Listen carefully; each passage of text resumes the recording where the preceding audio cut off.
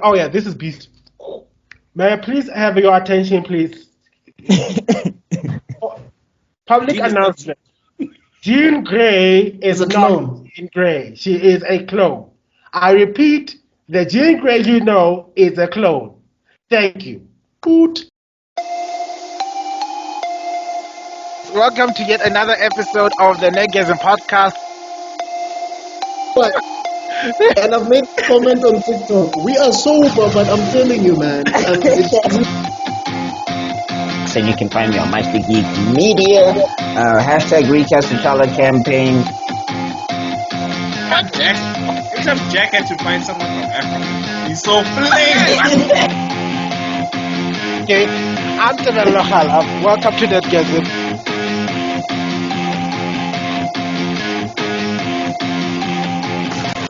Hey, what's up, you guys? Welcome to a super massive OG level episode of the Nerdgasm podcast.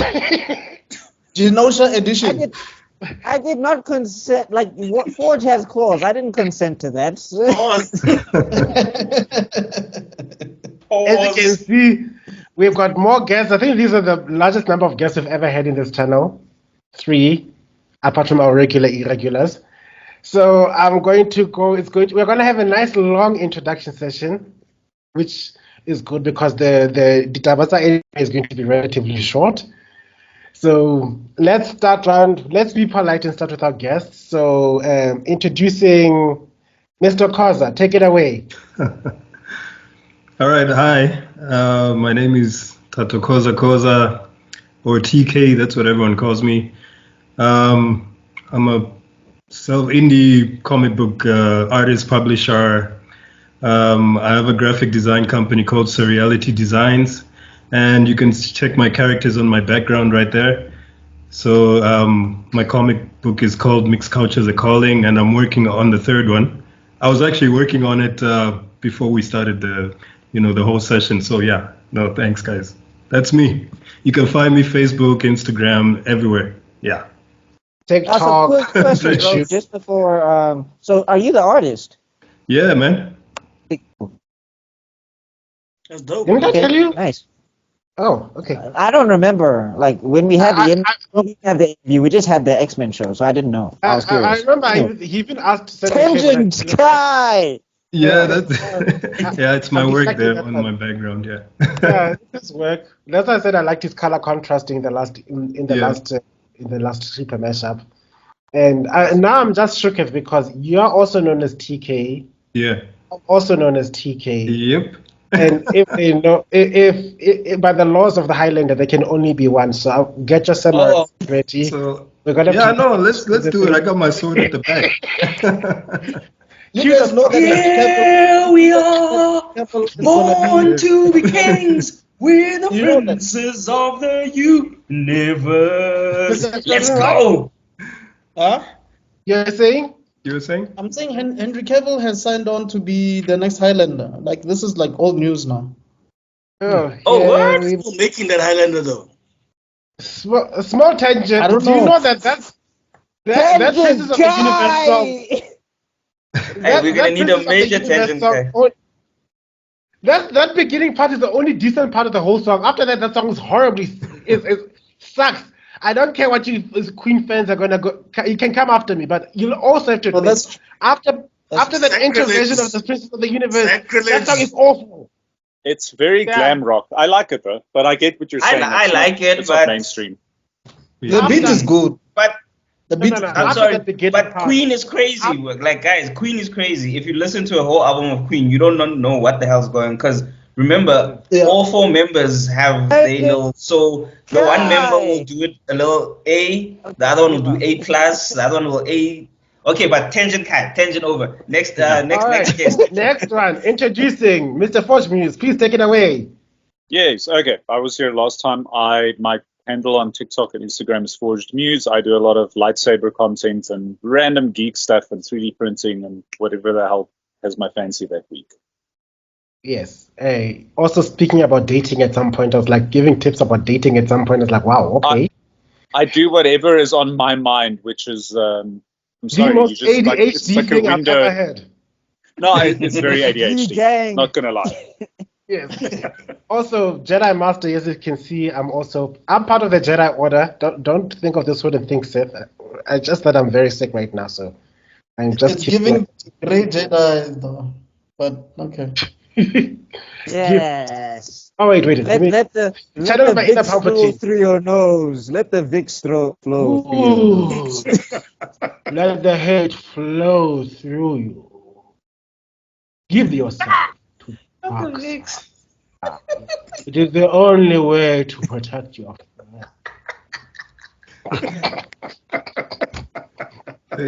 Stop it, Zuko. You're making me break character. I'm sorry, the Vix line is disgusting. Oh, what? The Vix line that he pulled earlier. BuckMeister said, "Let the Vix flow in you." Okay. That should be an ad. That should be an ad. And then introducing my first ever guest who appeared in the Geek Spot. I think that if you go back to Dinosaur Times, you'll find him there. But I've known this guy since I was 6 years old. We go way back. He's my vintage anime encyclopedia. I think between Extrodin and this guy, you guys have got basically the entire compendium of ancient anime from the time of CCV all the way to present day. If these guys know it, I mean, CCV, wow. They Senseis. Yeah, no. They go back. He's one of the sages, and he's one of the seinen. I'll give him that. I'll give him that. Collection, yeah. Yeah, he's the one who introduced me to anime back in the Kenshin days, and he's maybe it's him. Are you the guy that suggested Dragon Ball Z to SABC2? Maybe it's you. I don't know. Wow, that's in the ace of what? Because it's them, but it's not me. Anyway. I did pitch anime to Showmax when they still owned it, when it was just before Multichoice took it over, but they weren't taking it seriously, so they lost out. Anyway, so introducing I also refer to him as one of my generals. Introducing General Papie. Take it away. Yeah, the name is Papie. Government name is Tepo. Don't really use that for work. And yeah, just a general nerd, anime lover, sports lover. Yeah. So this was a good break away from seeing my team lose now to Man City. But yeah, it is what it is. Ole Chelsea, ask you Sintag. Always have been, always will be. Oh no, Gianfranco Zola the Don. And the battle for the money, yeah. That's the man who got me into the team, Gianfranco Zola. He's a genius, man. He's a genius. Well, that's speaking hetero and himbo. So the rest of us are speaking sports. There's no about it. It's a sport. No, we are speaking a heterosexual. Yeah. Before we lose our entire audience, Zuko, introduce yourself. Okay, let me call myself real quick. Katon, why get no fire, Lord Zuko? Welcome, everyone. What are you doing? Stop. I'm sorry, guys. I'm in my giggle era right now. It looks like. Welcome to the show. As you can see, it's a Royal Rumble on the panel right here. We've got everyone, so we're gonna be talking about it. You're gonna enjoy it. Subscribe, like, comment. All the links of everyone who's here, they think will be dropped. Follow them, support. Mazish. And Mr. BuckMeister, are you still there? BuckMeister, you're frozen. Frozen there. Can you guys hear me? We can hear you. Can you hear me? Okay, I'm trying to access Cerebro. Come on, let the connection be clear. Okay, let's be. It's now time for me to come out of it, because I mean I've been using my magnetic power to manipulate the Wi-Fi all this entire time, and now that I'm sick, connection is going to be a bit off. So I'm so sorry. So I'll apologize to the Shrine of Magneto later, but I'm sorry. Just bear with us today, okay? All right. Let's start again. Okay, Bubs. Listen up. I'm gonna tell you about my channels. I have two of them. One is Meister Geek Media. The other one is BuckMeister Cool Reacts. I'm the best there is. Just so I'm the best, but I'm there. And then yes, okay, yeah, BuckMeister Cool. What is up, everybody? Meister Geek Media, BuckMeister Cool Reacts. Those are my two YouTube channels. You can go check me out there if you want to see a game show called Geek Heresy, where we test friendships and all of that fun stuff. And you can go see interviews. I'm going to be at Comic-Con hosting in Cape Town, so you're going to see a lot of that content on there if you want to go check that out and all of that stuff as well. Please go check out Black Panther versus Kang. That's on Webtoons. Issues 1 through 3 are out now. Working on an animation for that as well, so you can go follow me on Kofi, Meister Geek Media on Kofi. If you're interested in that, you can go drop a 10 Rand or $1, depending on the currency exchange rate and all of that stuff. We are 7% near our goal, so we're hoping to push to get to the... We as in me, because I'm solo dolo. I don't know why I'm using we. I don't speak French. So me, I'm 7% the way there. So if you are interested in going to go support that, you can support that as well. Recast T'Challa across all my social medias. And let's talk about some X-Men. All right, Mr. Extrodin, you're up. What is up, everybody? This is Mr. Extrodin back here on KC Media. Thank you so much to everybody who's been subscribing, liking, sharing, and everything. Currently seeing the growth. I think we're at 120 subscribers. You can catch me on Mr. Extrodin Things or Mr. Extrodin Universe, where we talk all things anime. We're currently doing Bakuman. And then movie-wise, there's some cool stuff that's coming out. We're going to be doing The Mummy, as well as... What else did we do recently? Brendan Fraser Mummy or Tom Cruise Mummy? No, Brendan Fraser Mummy. Okay, I'm so there. All right. Okay, thank you. Go ahead. Let me know when that is. I'm there. I'm probably gonna upload it tomorrow. And then there's also Mary Shelley's Frankenstein, which came out in the 90s, directed by Kenneth Branagh, who also directed Thor, the first Thor film. He also does like Murder on the Oriental Express and Death on the Nile. That guy. So yeah, that's also gonna be coming out. So yeah, check that stuff out. We dissect movies there. We also dissect anime there. We go in. We've recently done Naruto, but now we're doing Bakuman, 3 seasons of that. And then yeah, I have Mr. Extrodin Talks, where I talk to geeks and creatives. So yeah, you can check me on there. So yeah, let's get into X-Men. Yay! Well done, guys, going through all the super introductions. I'm very glad we managed to survive. I'm sure that... Are you not going to introduce yourself, Mr. Magnetos? Like, maybe some new people are here. Okay, all right then. Let's start this. Greetings, ladies and gentlemen. I am Tebello, son of Daniel, ruler of the great dragon armies,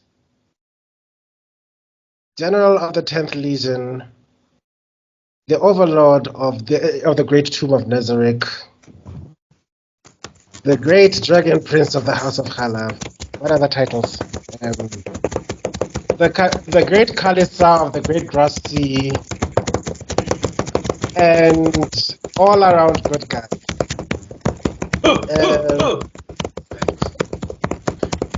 Welcome to the Nerdgasm podcast.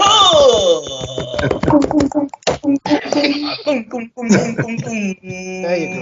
I think what's missing. If you don't understand, I'm between fever dreams right now. So I remember last night I dreamt I was in Overlord and I was busy destroying. You don't binge watch Overlord when you have a fever, because when you go to bed, you keep dreaming about Overlord, and then you wake up and you're surprised you have a body. It took me a good minute. Like, what the fuck? I've got hands. And I'm like, oh wait. I'm Sama. You traveled to the Great Tomb, bro. Yeah, I was the great supreme being at some point. I'm Sama. Anyway, welcome to the Nerdgasm podcast. We have a lot to discuss. We've got a big, lovely group.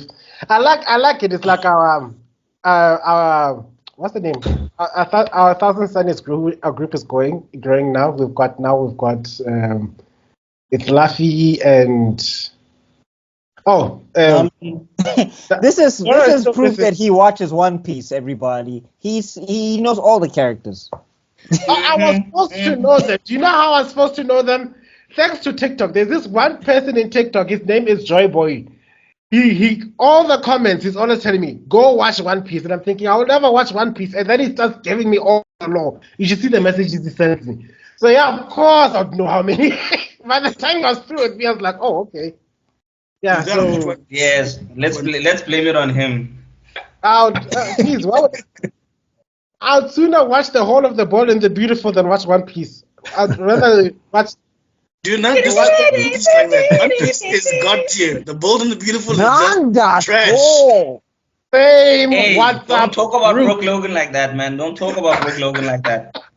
Yeah, I got girls in the club because of Brooke Logan, okay? Brooke Logan's the reason I got some girls. Did I send you guys that video where she was telling her daughter that she's in love with her husband? I was like, girl! Guy! Yeah, right. Anyway, before we Okay, wait. For those who don't understand, we have come up with a thing of genjutsu from Naruto, where when we tangent too long, we realize that we are in a genjutsu. So one of us has to take us out of the genjutsu by using tangent kai. So that's what it means. Just to give you guys a background. No, thank you. Because we have guests. Because and we we're tangent. everywhere. Oh my god. all our guests know that by now. They were there last time. They know what they're getting into. They've got they're prepared spiritually. They've lubed up. Yeah, but we're just saying that No we have Diddy. prepared a special countermeasure. No Diddy. We prepared a special anybody can countermeasure. Anybody Yeah, can yeah. use it as long as you feel like we're getting Yes, way. if you into have something. enough chakra, I guess if you have enough chakra, please break the tangents. Yeah. That being said, before we start, on to our quick segment, Ditabatsa Anime. Cue the music.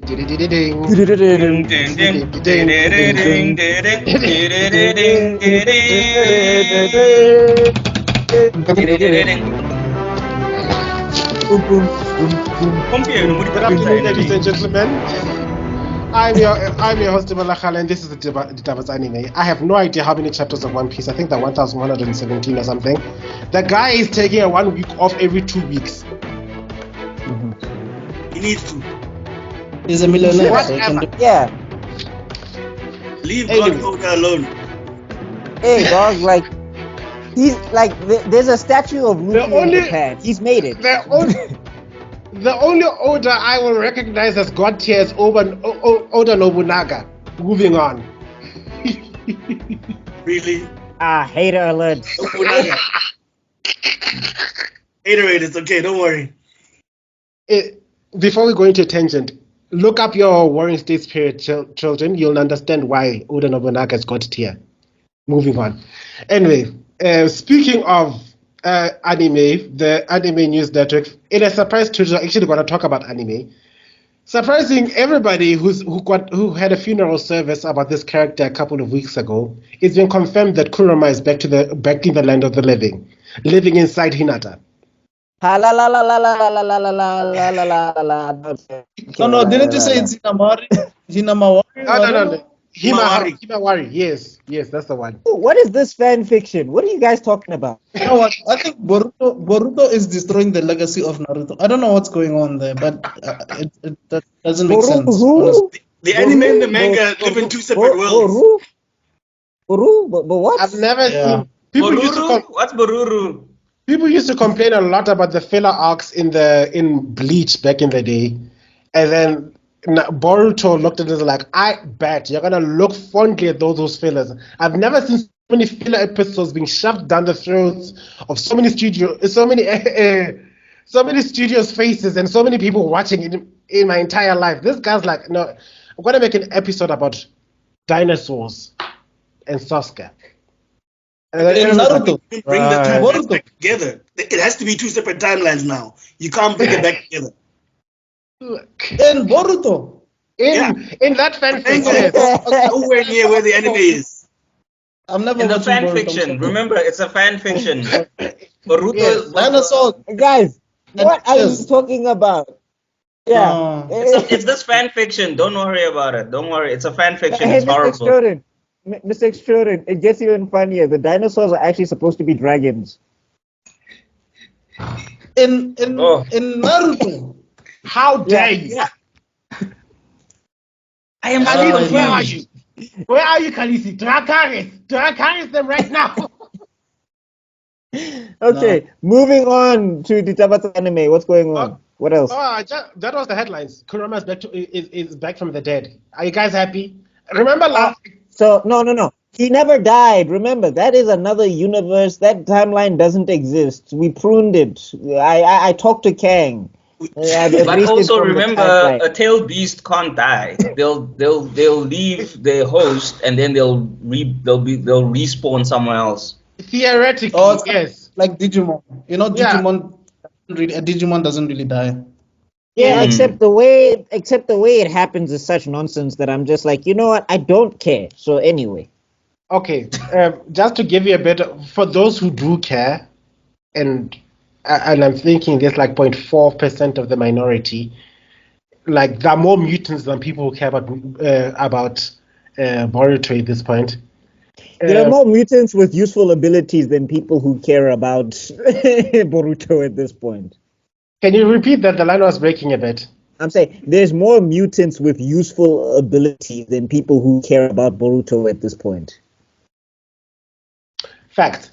Anyway, that barrier mode meant that each time Naruto was using it, he was slowly killing Kurama because he was actually burning his chakra. And since Kurama is entirely comprised of chakra, when it ran out, he quote unquote died. And then suddenly he's back from the dead. There is a loop out of that though. What? That was only one half of his chakra. That's it. I just wanted to say, shout out to everybody who was having funeral services. Like nobody in the anime universe has watched comics in their entire lives.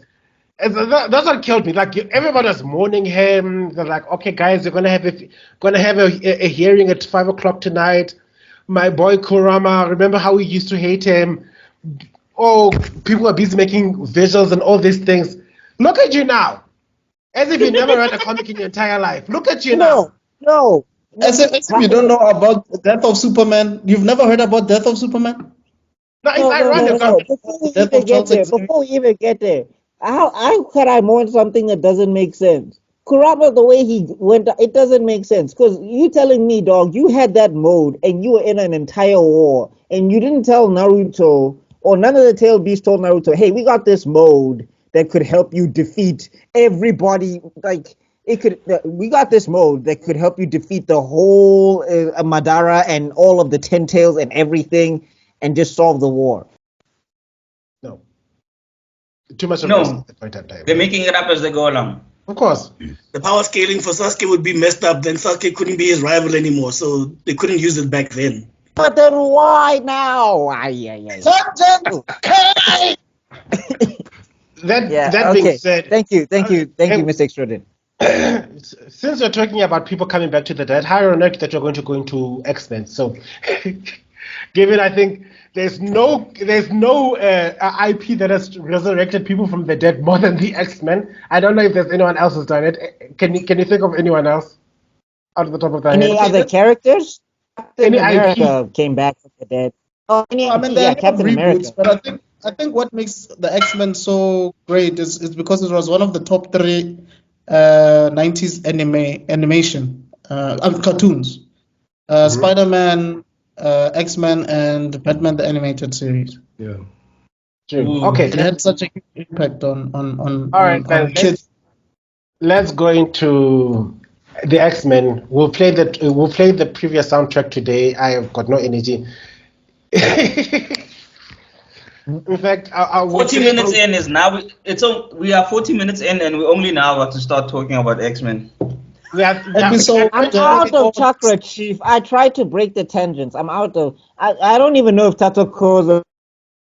I'm refueling, bro. I'm refueling. I need chakra fuel. I think we're just reading our guests out. I didn't hear you. Call me Choji right now. I'm refueling. We're like anime geeking out on an X-Men podcast. It's all good.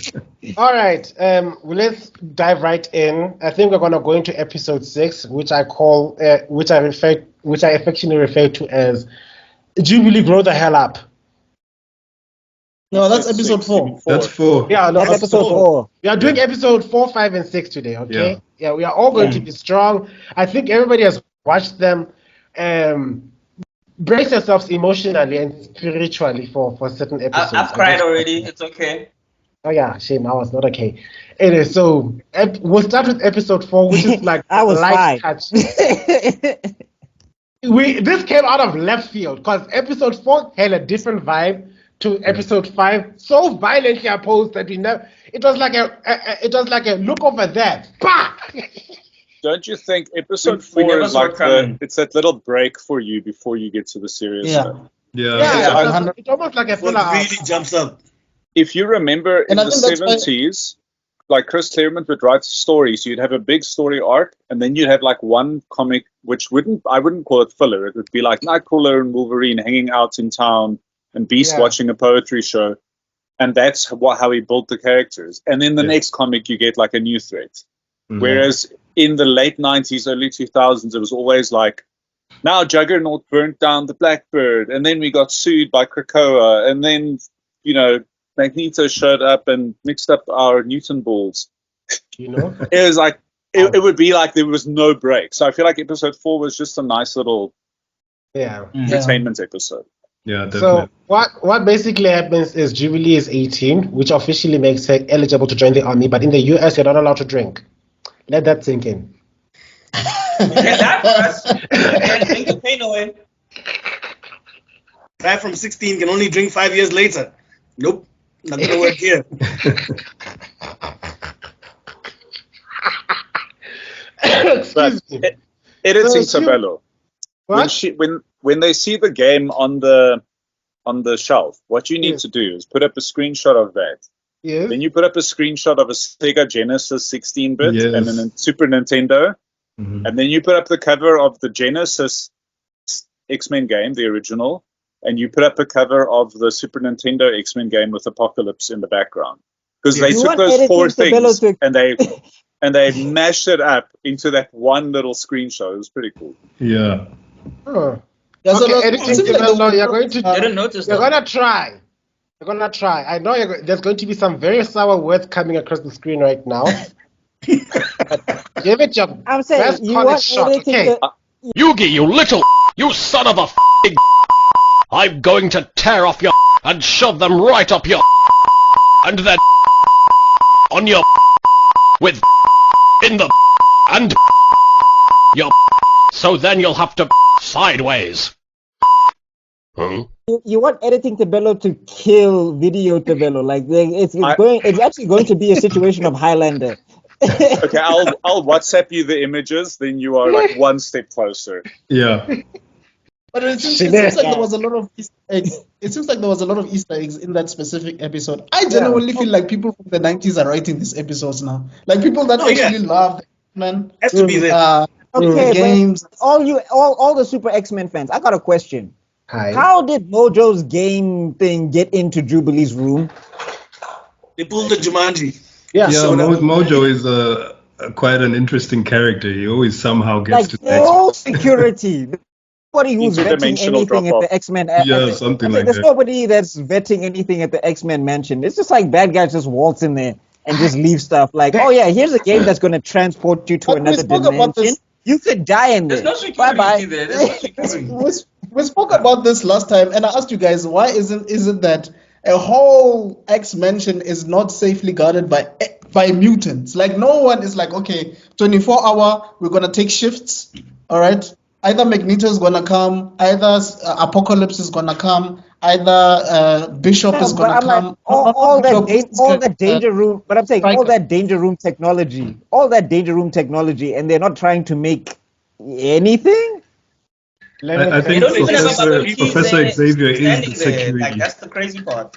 They don't even have Ubaba Mkize just there with his bait and they're not even that. Like, come on, guys. No, but Professor X is not there anymore, bro. So Yeah, that's why everyone's getting in, because his mind is a security system. So now you know what I mean. Sorry, keep going. No problem. I just had a thought suddenly about the episode, and I was thinking, how weird was it that they made, is it Sunspots, Roberto? Yeah. Anyway, they made him like, it was very much like a closeted thing where it's like, no, I can't use my powers. My parents might see me on TV. Yeah. yeah. I mean, but it was a really great, I thought it was a cool parallel, but it was like when, in the movies when Bobby Drake's parents were like, have you tried not being a mutant? It was that level of direct parallel. Yeah. I think in the movie his parents said something like, can't you just be normal or something like that, and Wolverine was like, what are you talking about? Like, why are you making it sound like this thing is like a disease or something? You know what I mean? But a lot of Sunspots, but I'm saying like a lot of Sunspot fans are not like happy with the way they're depicting like Beto, because like originally he had to use his powers to get away from like a lynching, so like they feel like it's a very weird adaptation, I guess. But it functions for the episode. So I guess you just make a decision whether you watch it or not, because I just know a lot of people are not happy. I guess they take liberties with a lesser known character, but I mean you're right. If you read New Mutants from issue 1, he's just blasting everywhere. You know, there's no awkwardness around that. But I mean, like, considering how fast things are going, because I mean, like, this episode, like, the Mojo World, I remember was a big saga from what I remember when I read some of the X-Men stuff. Yeah. Like, that stuff went on for a long time. Yep. And I don't know, did Mojo show up in the 90s? Yeah, cartoon? he did. They did have a Mojo World episode there. Yeah. It was 2 episodes. Yeah.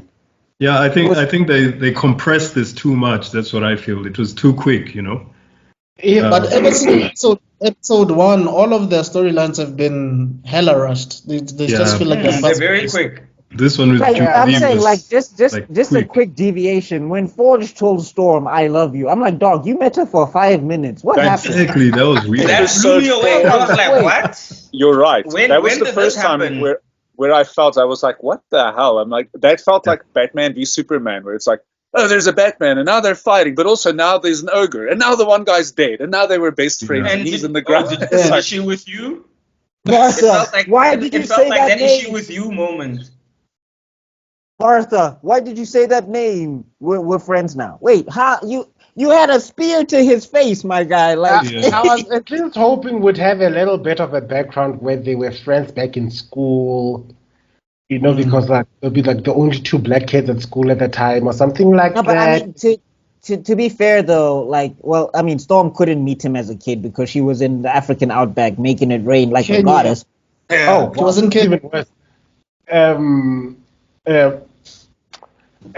I'm trying to think of a way to make it plausible, guys. Work with me here. No, there's not. I'm saying, but I think also in the comic books, it felt like when I went to go read Life Death, it also felt a little bit rushed over there because, like, Forge, like, I guess it's accurate to the comic books. It's just that it was hella, like, it didn't make sense to me. Like, it didn't like fit. I would have said to BuckMeister's point, I think they should have expanded. Now that you mention it, Mojo World should have been a full episode. Yeah. And then they should have had a full episode. Look, it wouldn't have been people's favorite episode, but just like a more like a drawn out thing where like a little bit of intrigue and chemistry and flirtation, and not just like a, oh, hello, oh, wow, you're an attractive person. I love you. I love you, you know. I think this whole thing, this thing of trying to make like an entire series like only 6 episodes is what's deterring. Like it's like basically diluting the quality of what we could get if the series was like 20-something episodes. You know? Yeah, I mean, that's the problem. because I mean, like the other thing is, remember, like for like Scott Summers and Jean, I guess that stuff kind of works because they've been in like the public consciousness for like 20, like 10, like 15 years now or whatever. So you can suss out how their relationship kind of 16, okay, but you can suss out like how their relationship works. You can kind of put 2 and 2. But Forge and Storm, nobody knows about that stuff. Exactly. Like everybody's figuring out life, death now.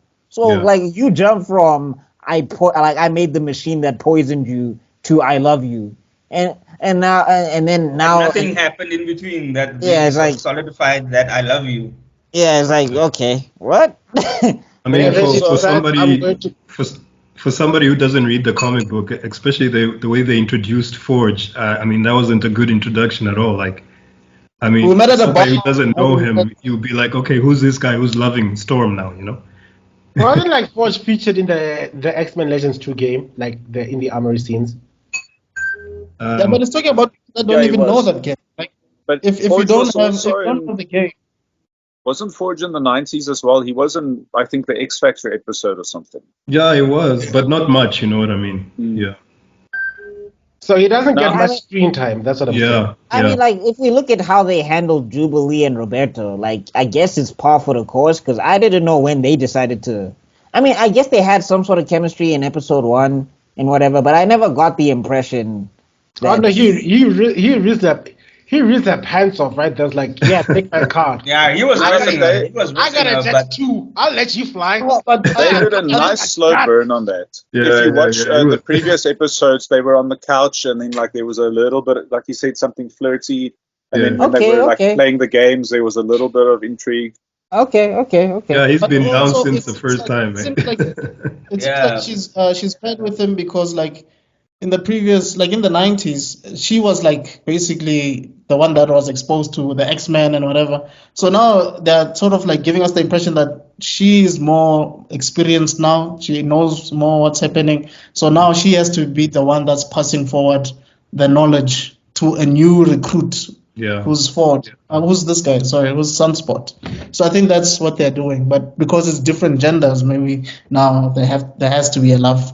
There has to be a connection. I don't know. No, I mean, Jubilee's Yeah. hot. I'd hit that, but I'm just saying. I was wondering. Okay, like you just said that like it's nothing. Can you say that He's again, like, please? she's all of 18 years old, sir. Excuse me. Hey, she legal. You know. Okay. So- So next time you go ranting about my Valentine, I want you to remember this. Take the same energy, ne? Hey, Yeah. my Valentine was looking at 16-year-olds.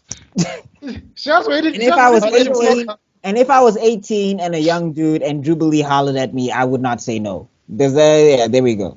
There's a disclaimer. I just want to say something quickly. I like how they. You're on mute, they- Papie. Oh, is he saying something? I just want to say that how they introduced that, how they did that whole Magneto was right thing. It was subtle, but they did it in this episode. You know, where Jubilee initially was disagreeing with Magneto on something, but then eventually, when she spoke to older Jubilee, she realized that Magneto was right. But like also at the same time, dog, if you have to go to a crazy digital world and meet your future self in order to prove a point, I think you should be able to allow to have a regular birthday. Like I feel like you should just be able to. You just Go to the reminded mall. me of an The Easter system egg. does not go to arcades.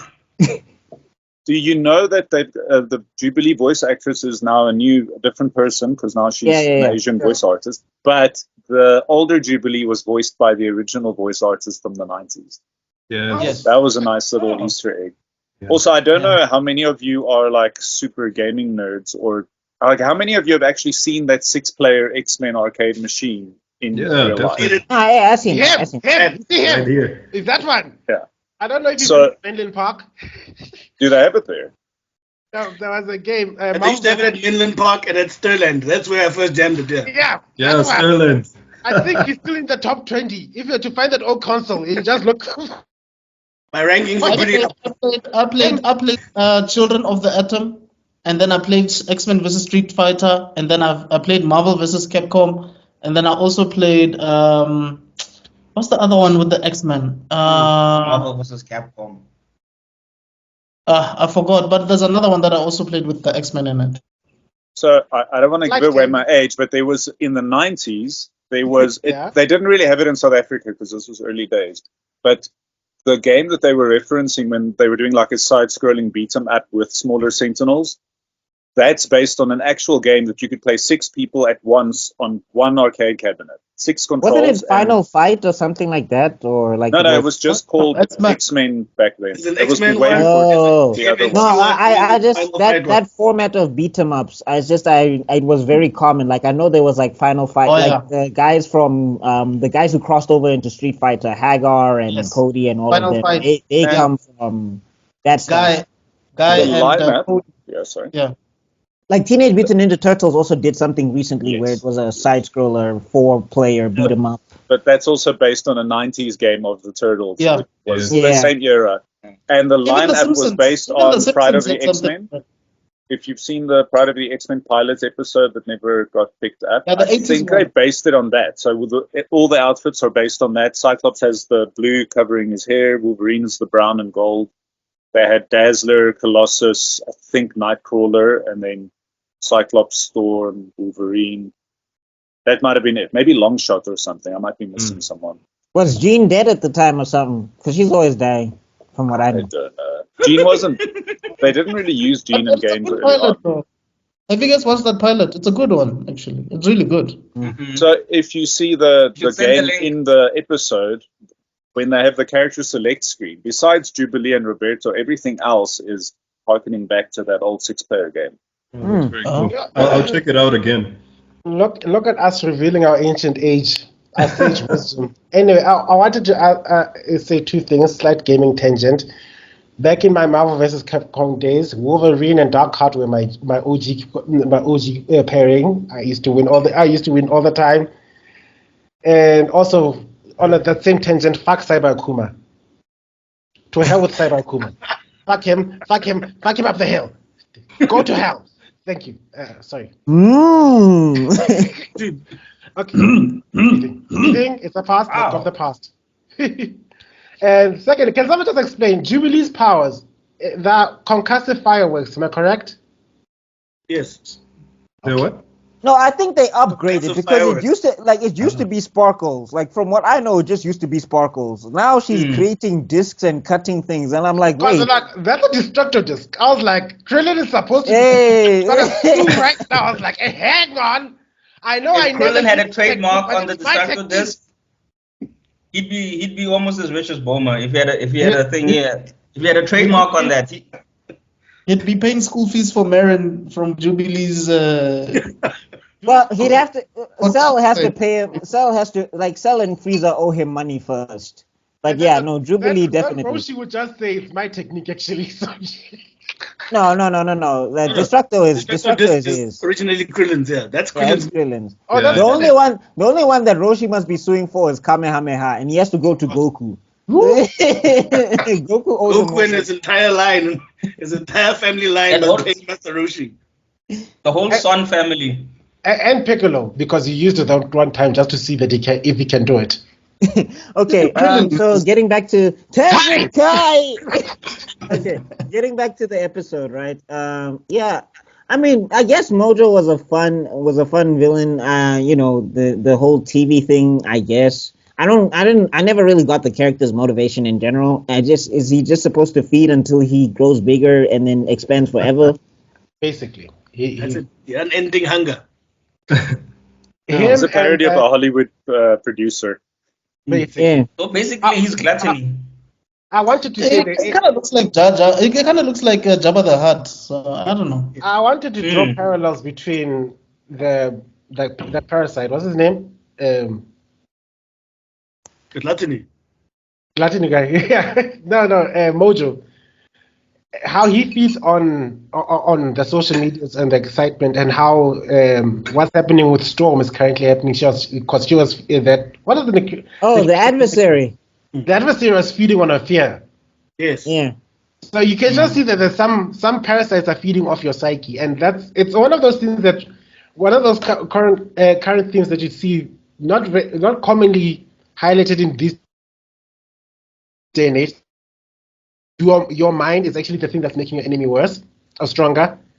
I think the last time I've seen an episode like that, I'm remembering Samurai Jack when he fought against Angry Jack, that he couldn't beat him mano a mano, so he had to let go of his anger towards Aku for him to finally win.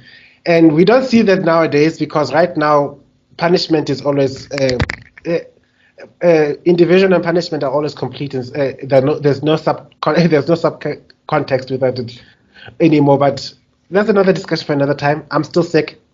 Forgive me if I'm rambling. Forgive me. Anyway, I just wanted to segue from now episode 4. Let's go into episode 5. Wait, did we touch the adversary stuff with Thor? wait, Does that happen in episode 4? Yes. That happens in episode 4, right? Yeah, because she finds out that Forge is the one who did all these things to her, and then she goes galloping into the horizon.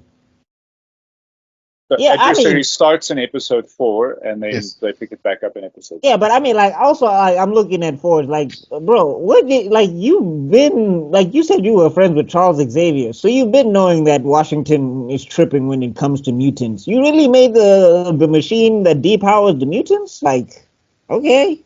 Like, really? But he said he was angry, didn't he? He said that. But angry at who? Angry at the mutants? What did we do? We just got the powers and exist. I don't know what like, did Storm reject you before, and then you went to Gyrick and you were just like, oh, I'm gonna show her, and I'll show them all. Like, what happened? That should have actually been the storyline. That Storm actually like snide him before, like, no, can't have you, and then he got the revenge by making the collars. Wow. But I don't think he was angry at mutants. I didn't rewatch the episode, but it was like a catch-22. Like, he had to do it for the sake of his situation or his family, and it was supposed to be used for a specific purpose, and then it got repurposed. Yeah. It's like developing he meant it for good, but they used it for evil type thing. Basically. But like, look at Gyrick's hairline. But like, look at Gyrick's hairline. Do you really think that's a hairline of a guy who's like, like right up here?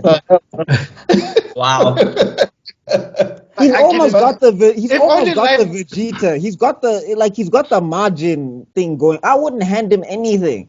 If Like, give him life guts. was that simple. Imagine People with shaky hairlines are looking at you weirdly right now, and the knives are out, the screws are out. Enjoy your hairline while it lasts. Enjoy your hairline while it lasts. Shikamaru is out there feeling like, you know what, this son of a bitch.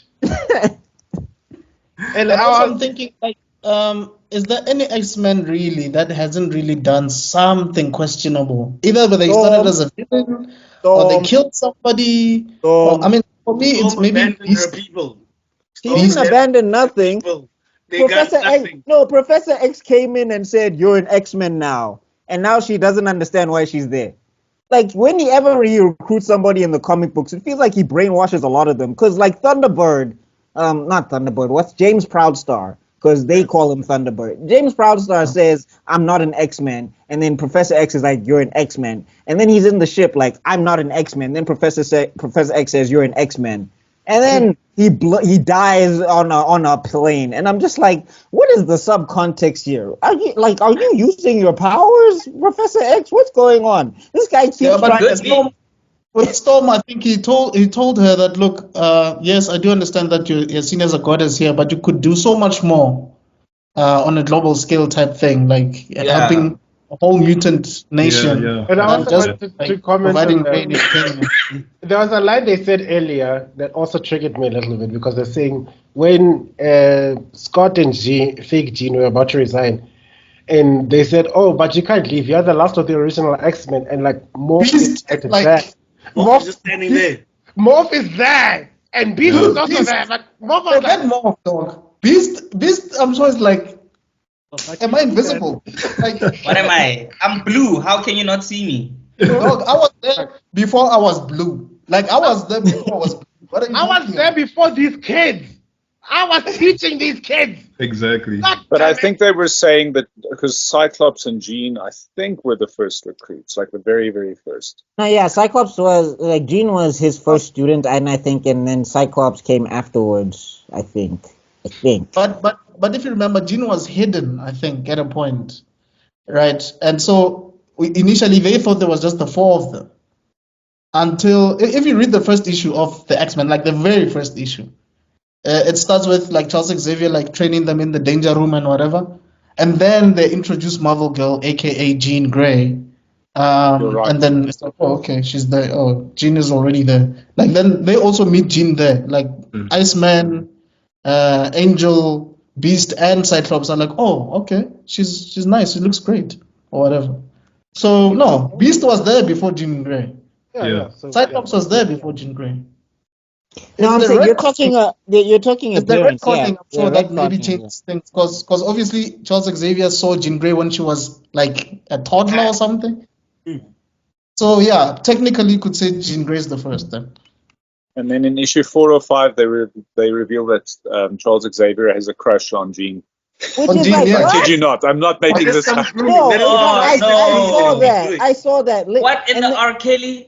And then after that, then they went and did Onslaught, where Professor X lost it, and then he's just talking to Jean Grey, and he's just like, "Oh yeah, did you know he had a crush on you and he wanted to hump you?" And it's just like, wait, what? That was it. Hey, And then there was whoa. a little box that says all the way back in X-Men 4. That's how I found. And then I went back and read it, and I was like, Wow. Yeah. I was like, "Hey Stan, I love you, my guy, but what were you on when you was writing that?" Oof. This is giving Straight to jail. Straight to jail. Straight The to jail. only innocent people I think from the initial run were Beast and Iceman. I think they were not interested in Jean Grey. But everybody else, Angel. We all know why Iceman wasn't interested. We all know why. Who, Iceman? Yeah, but we Please only found out in elaborate. the 2000s. Though. Like Yeah. all along, we didn't know. Oh no, he slid right out of the closet. The first time he got, it's like, oh, you're well accepted here. Bye. Yeah, but it's sad that we haven't seen him yet, though. You know, and I'm glad that they're not making a whole Rogue and Iceman thing, because that was never a thing before Yeah. Bryan Singer came in. The And most ridiculous thing that ever happened in the movies was making that a thing. Like, why? why? Let's not talk No, about those movies. We No, will no. tangent. We will So tangent we are and blue fly. in the face. We'll tangent. We'll fly into a rage. We'll end up joining the Brotherhood of Evil Mutants. We won't even go like Mephitos, right? We're like, you know what? Screw this. We don't care if he's right or wrong. We just want to destroy. You know, 'cause Yo, speaking of the Brotherhood of Evil Mutants, I can't wait for us to get to episode 5, because you do see some nice, interesting characters at Genosha. yeah. Well, I wanted to say let's get around into it. That Storm runs into the horizon. The adversary comes and kind of creepily holds her. I was like, okay, consent much. Zero. No, but I'm consent. just like, how is Forge such a problem that his issues summon demons? Like, dude, what is going on in your life? When it but comes, Forge has like a shaman background, so he did like some kind of spell and opened up in the. I don't know how in much the they. comics, yeah, Yeah, he in the war he did like a spell that opened a portal and it got Yeah. very dark. and then Oh. and 7 people needed to sacrifice themselves to close the portal. And you didn't Yeah. want to call Doctor Strange. You didn't want to, Eye of Like that. Agamotto. You know, Somebody. Scarlet Witch, maybe. Like, I'm pretty sure This this was- Scarlet Witch can just say no more mutants and it's over. No, not Scarlet No, Witch. I think Someone this was else. in South America, and it was like a flashback, and we're talking like Native American style stuff. Like there was no like, ooh, let me just phone New York quick and get the Avengers on it. I also I'm just want- saying, somebody could have done something, because, yeah. Then I also wanted to say, when it comes to Storm and attracting multi-level demons is a continued truth. Remember back in the day when Storm was quote unquote evil because some evil mental demon thing was busy. Wait, is this Shadow, not Shadow Man, what's his name? Shadow King. Shadow King. Shadow King. and yes. and Shadow Xavier King. had to go lock him out of Storm's mind. I'm thinking every time I was like, Storm, why are you always attracting the demons? What about you? Hey man, he's a No, but goddess, I'm so saying also, they're trying like- to get with that. Yeah, but I'm saying also, it's because every time she joins the X-Men, the people she hangs around also bring demons with them. Like, Shadow King found how to get in when she was hanging out with Professor X. It's like, you need to change, you But- need some new friends. Like, I Shadow think she was safer with the Morlocks, I think, when she was on the ground.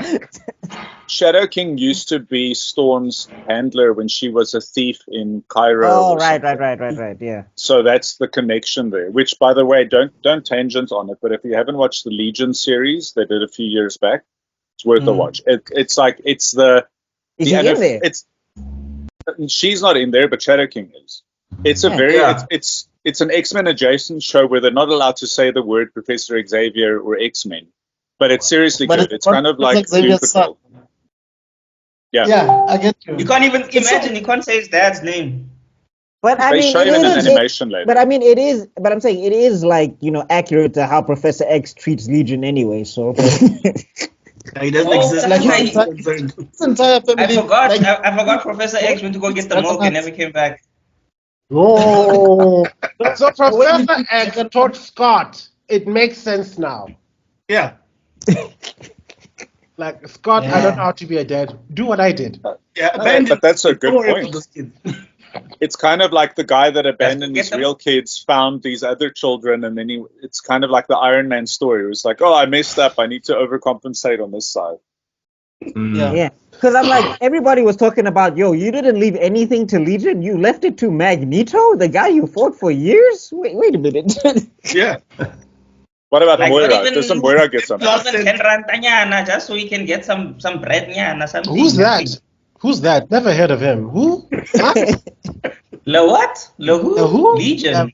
It's like that. Is that a skin thing? Is that a skin thing? Like All right, so let's get to the big episode. I just want to say something tangent. quick before we Yeah. get there. Like, what is the?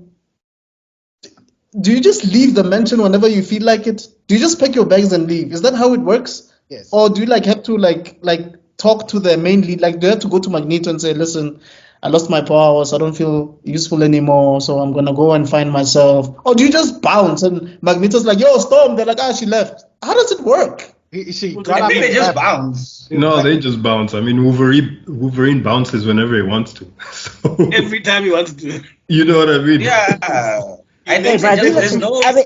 register. There's Yeah, no, like, sign register. You want nothing. you want the X-Men consent form, Chief, from these people. And what I just don't get how it works, man. I know it's a family, but I feel like if it's first of all, it's a school still, and also there's like life, like there's like serious earth-shattering things that happen, and we need you. Then you're just gonna leave Need- because what your need me to do what? girlfriend? I just don't get Hey it. But anyway. man, Dog, they learned from Professor X. What did Professor X do? He found Lilandra and he was like, peace out.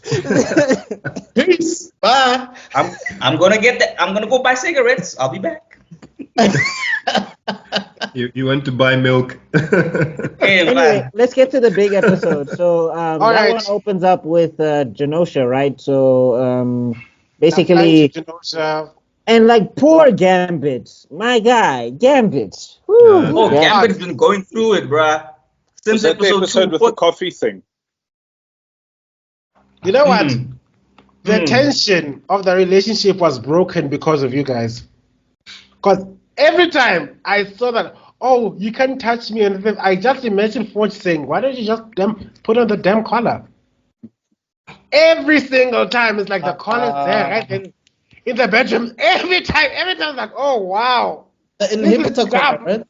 Exactly. Yeah. Put the collar on, get your 50 Shades of Grey on, and then take it off. Take it off. Well, we saw it on. They were Facebook memes where they're like, "No, be be so hasty. We need to study this some more. We need, Gambit here." Or other people were saying, "Why doesn't Gambit just wear a rubber?" And I'm like, "Well, yeah, you could have a full body rubber with like a little breathing apparatus. Be fine, I'm sure." No, but I mean, it's the same group where it's the same group where Beast came out and told everybody in public, Jean is not Jean. Like you posted aside. I was like, okay, I take you to the corner. I let's need talk you together. guys I got to something sit to tell you. down. Yeah, I need you to sit down. He I need came you out to with a listen. speaker. He might as well have been like with a boombox in the room. Overhead Jean is projector. not Jean's Jean. not Jean. Jean's not Jean. What? Jean's not Jean. What? Jean's not Jean. What? Let's not forget it's a quote-unquote school. For a school, I don't see students. I don't see teaching. I don't see I lectures. asked that question last time. The more I watch these episodes, the more I'm thinking, Where are the kids? Where are the students? Where are the students? They're all in Genosha, Chief. They all went to Even Genosha. even in the movies, they showed school. But more. Anyway, overhead projector. Beast has no sense of May I decorum please have your whatsoever. attention? Oh yeah, this is Beast. May I please have your attention, please? Public announcement. Jean Grey is a not clone. Jean Grey. She is a clone. I repeat, The Jean Grey you know is a clone. Thank you. Poot. So Scott, you ain't been hitting Jean Grey. You've been hitting the clone, dog. You No, been hitting I'm the just clone. like, Seems like you married a clone. no, he might as well have just been like, Jane Grey, can you please report to the office? We have to tell you that you're a clone now. And milk on aisle 4, please. Thank Goodbye. you. No, more like he would be like, listen, can the red-haired imposter, Jean, And then also Scott. And then also Scott. Scott is just like, well, B said it, so. The man had no nothing at all. That was cold. No way. No That way. was cold. No, Beast, check it again. Check your calculation. You have to be wrong. Nah, he just. He said it. Like, yo, Hey, I he trust said Beast, it, man. Stop would have Beast. believed me. But speaking of Madeline Pryor, because that's what they call her, which, I mean, that was also a random name drop, but, you know, I you was gotta like keep thinking- it pushing. I'm pretty sure. Madeline Pryor. Where did you get this name from? How does it? Oh, okay. I was looking. I spent the last 5 minutes looking through all the deceased files of possible red flags that people won't ask questions. So I found this homeless chick who happened to die, unfortunately, of a drug overdose. Nobody claimed her body for the last 6 years, for the last 5 years. So I destroyed her body, took on her name, and took on her social security number. Okay. Oh, okay. Look X-Men. at you. Hire You me. just found out you're a clone, and all of a sudden you've got a name. Where did that happen? No, but okay, but I'm just A saying, social speaking security of her, number.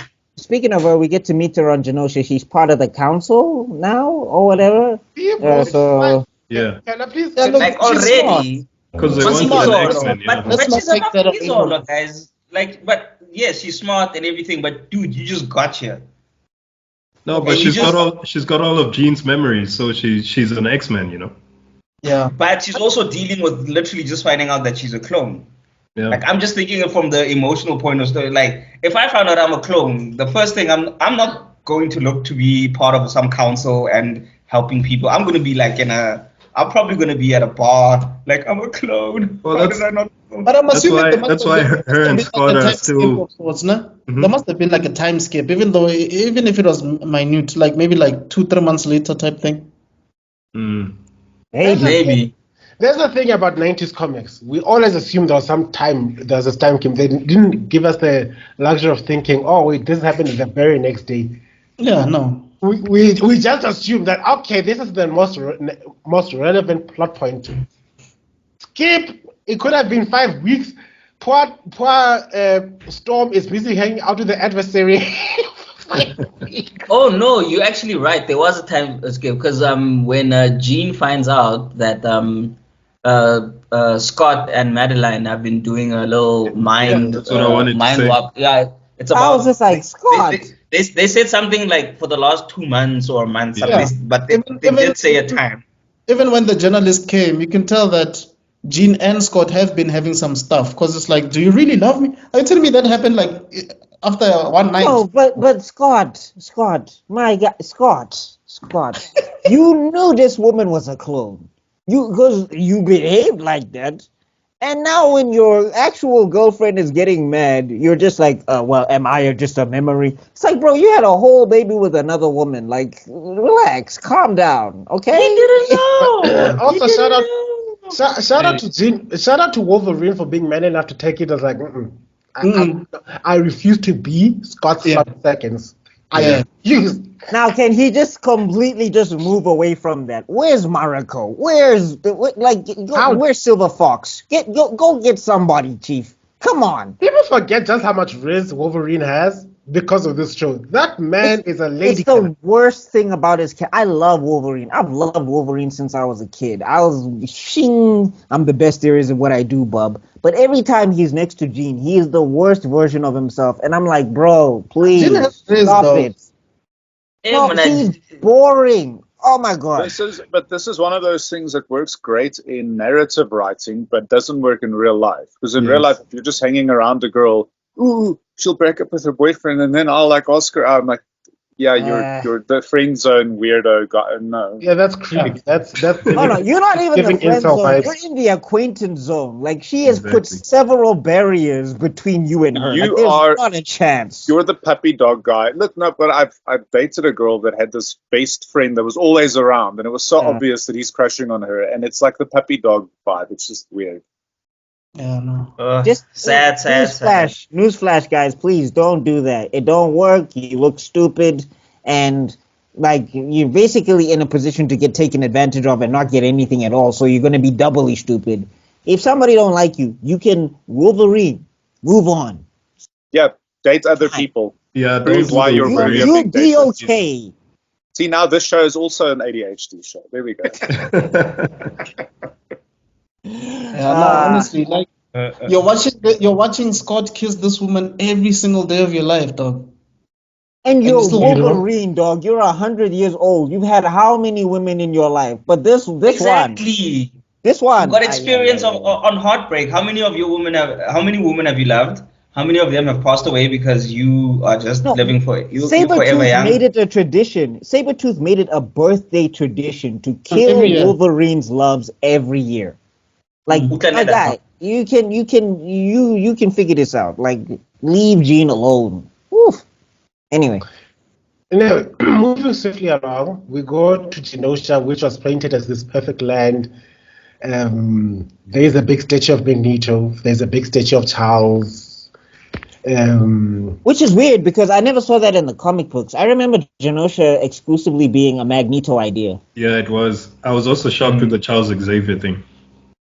But Yeah, it was because- originally a Magneto idea, was it? It started with like an independent government that was abusing mutants for their labor. Mm. Yeah, I remember that, but I'm saying I remember turning Genosha into like a country specifically for mutants. That was like Magneto's thing. Yeah. Because like Charles was supposedly opposed to it because his whole idea was integration, from what I remember. Yeah, integration, not separation. Yeah, that's where you could easily say this is where the Malcolm X versus Martin Luther King thing really comes into play. Yeah, There, maybe, Right. but the thing is, Professor X's school is a very Malcolm X idea. So, like, for me, like, it doesn't, because it's a school for mutants by mutants that trains mutants to be better. So that feels very more Malcolm X-y than. Yeah, but also it's about not. He's a pacifist. Remember, he's a pacifist. No. He's the Like if you were to Google it now, they'll tell you that Charles Xavier is a pacifist. Oh yeah, the pacifist that used the Holocaust to defeat Magneto. Yeah. Oh pacifist. yeah, our cycle. Look. I'm just saying what's written out there. But what I'm trying to say is, the reason I say it's still leaning more toward Martin Luther King is, he's still trying his. It's like the X-Men are more reactive to whatever is happening out there. They are not the ones that start anything, right? Unlike Magneto, on the other hand, who is, yes, you could say he's also reactive, but he's like, I'm not turning the other cheek, which is Malcolm X. No, but like we have to be careful with those kind of parallels because remember, like Malcolm X is not an extremist. Like I think the thing is like Magneto has taken things to heavy extremes where it's like everybody gotta go. Whereas Malcolm X, I agree. I'm saying Malcolm X's whole thing was to be reactive. It was not to be proactive. And Magneto, hella times has been proactive. I agree with you. That's why I'm saying specifically this Genosha thing. Yeah, okay. I'll give you that.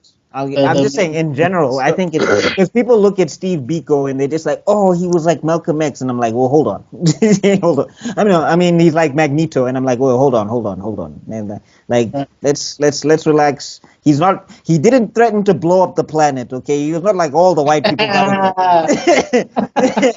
That was not the manifesto. The manifesto is that if they hit you, you hit them. Otherwise, we cool. Like that was Steve Biko's manifesto. But anyway, moving on. I just wanted to. Moving on. I just wanted to comment on the council. The council is full of the most shadiest sci-fi. Like, why is Sebastian Shaw there? Hellfire Club, guys. The Hellfire Club.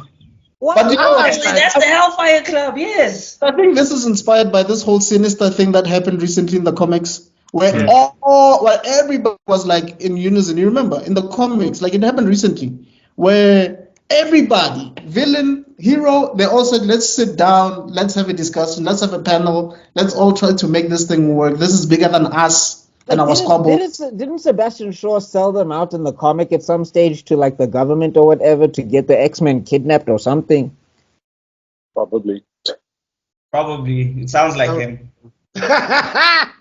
It does sound like me, but I'm just saying. He's got the Gyric hairline. He's got the Gyric hairline. Why are we trusting him? Let's just leave the hairline. Like, let's stop talking about hairlines. I'm getting very nervous. I could be wrong, and you guys can send me all the images correct me. You guys can correct me in the comments, but I think it's just a thing of this thing is bigger than all of us and our personal thing, and whatever happened in the past, let's bury the hatchet. Genosha is all about mutant kind. Let's try to live in harmony, and the UN is now involved and whatever. So let's just sit down and see how we can find common ground type thing. But some of these mutants have got it rough. Like, how did that mutation work? Like, you guys need to, like, somebody needs to do something. Because there's a dude who's... Did you see that one? That was clear. He's just a skeleton. Like, that is rough. Everybody can see your brain. Everybody can see your organs. Like, that's, most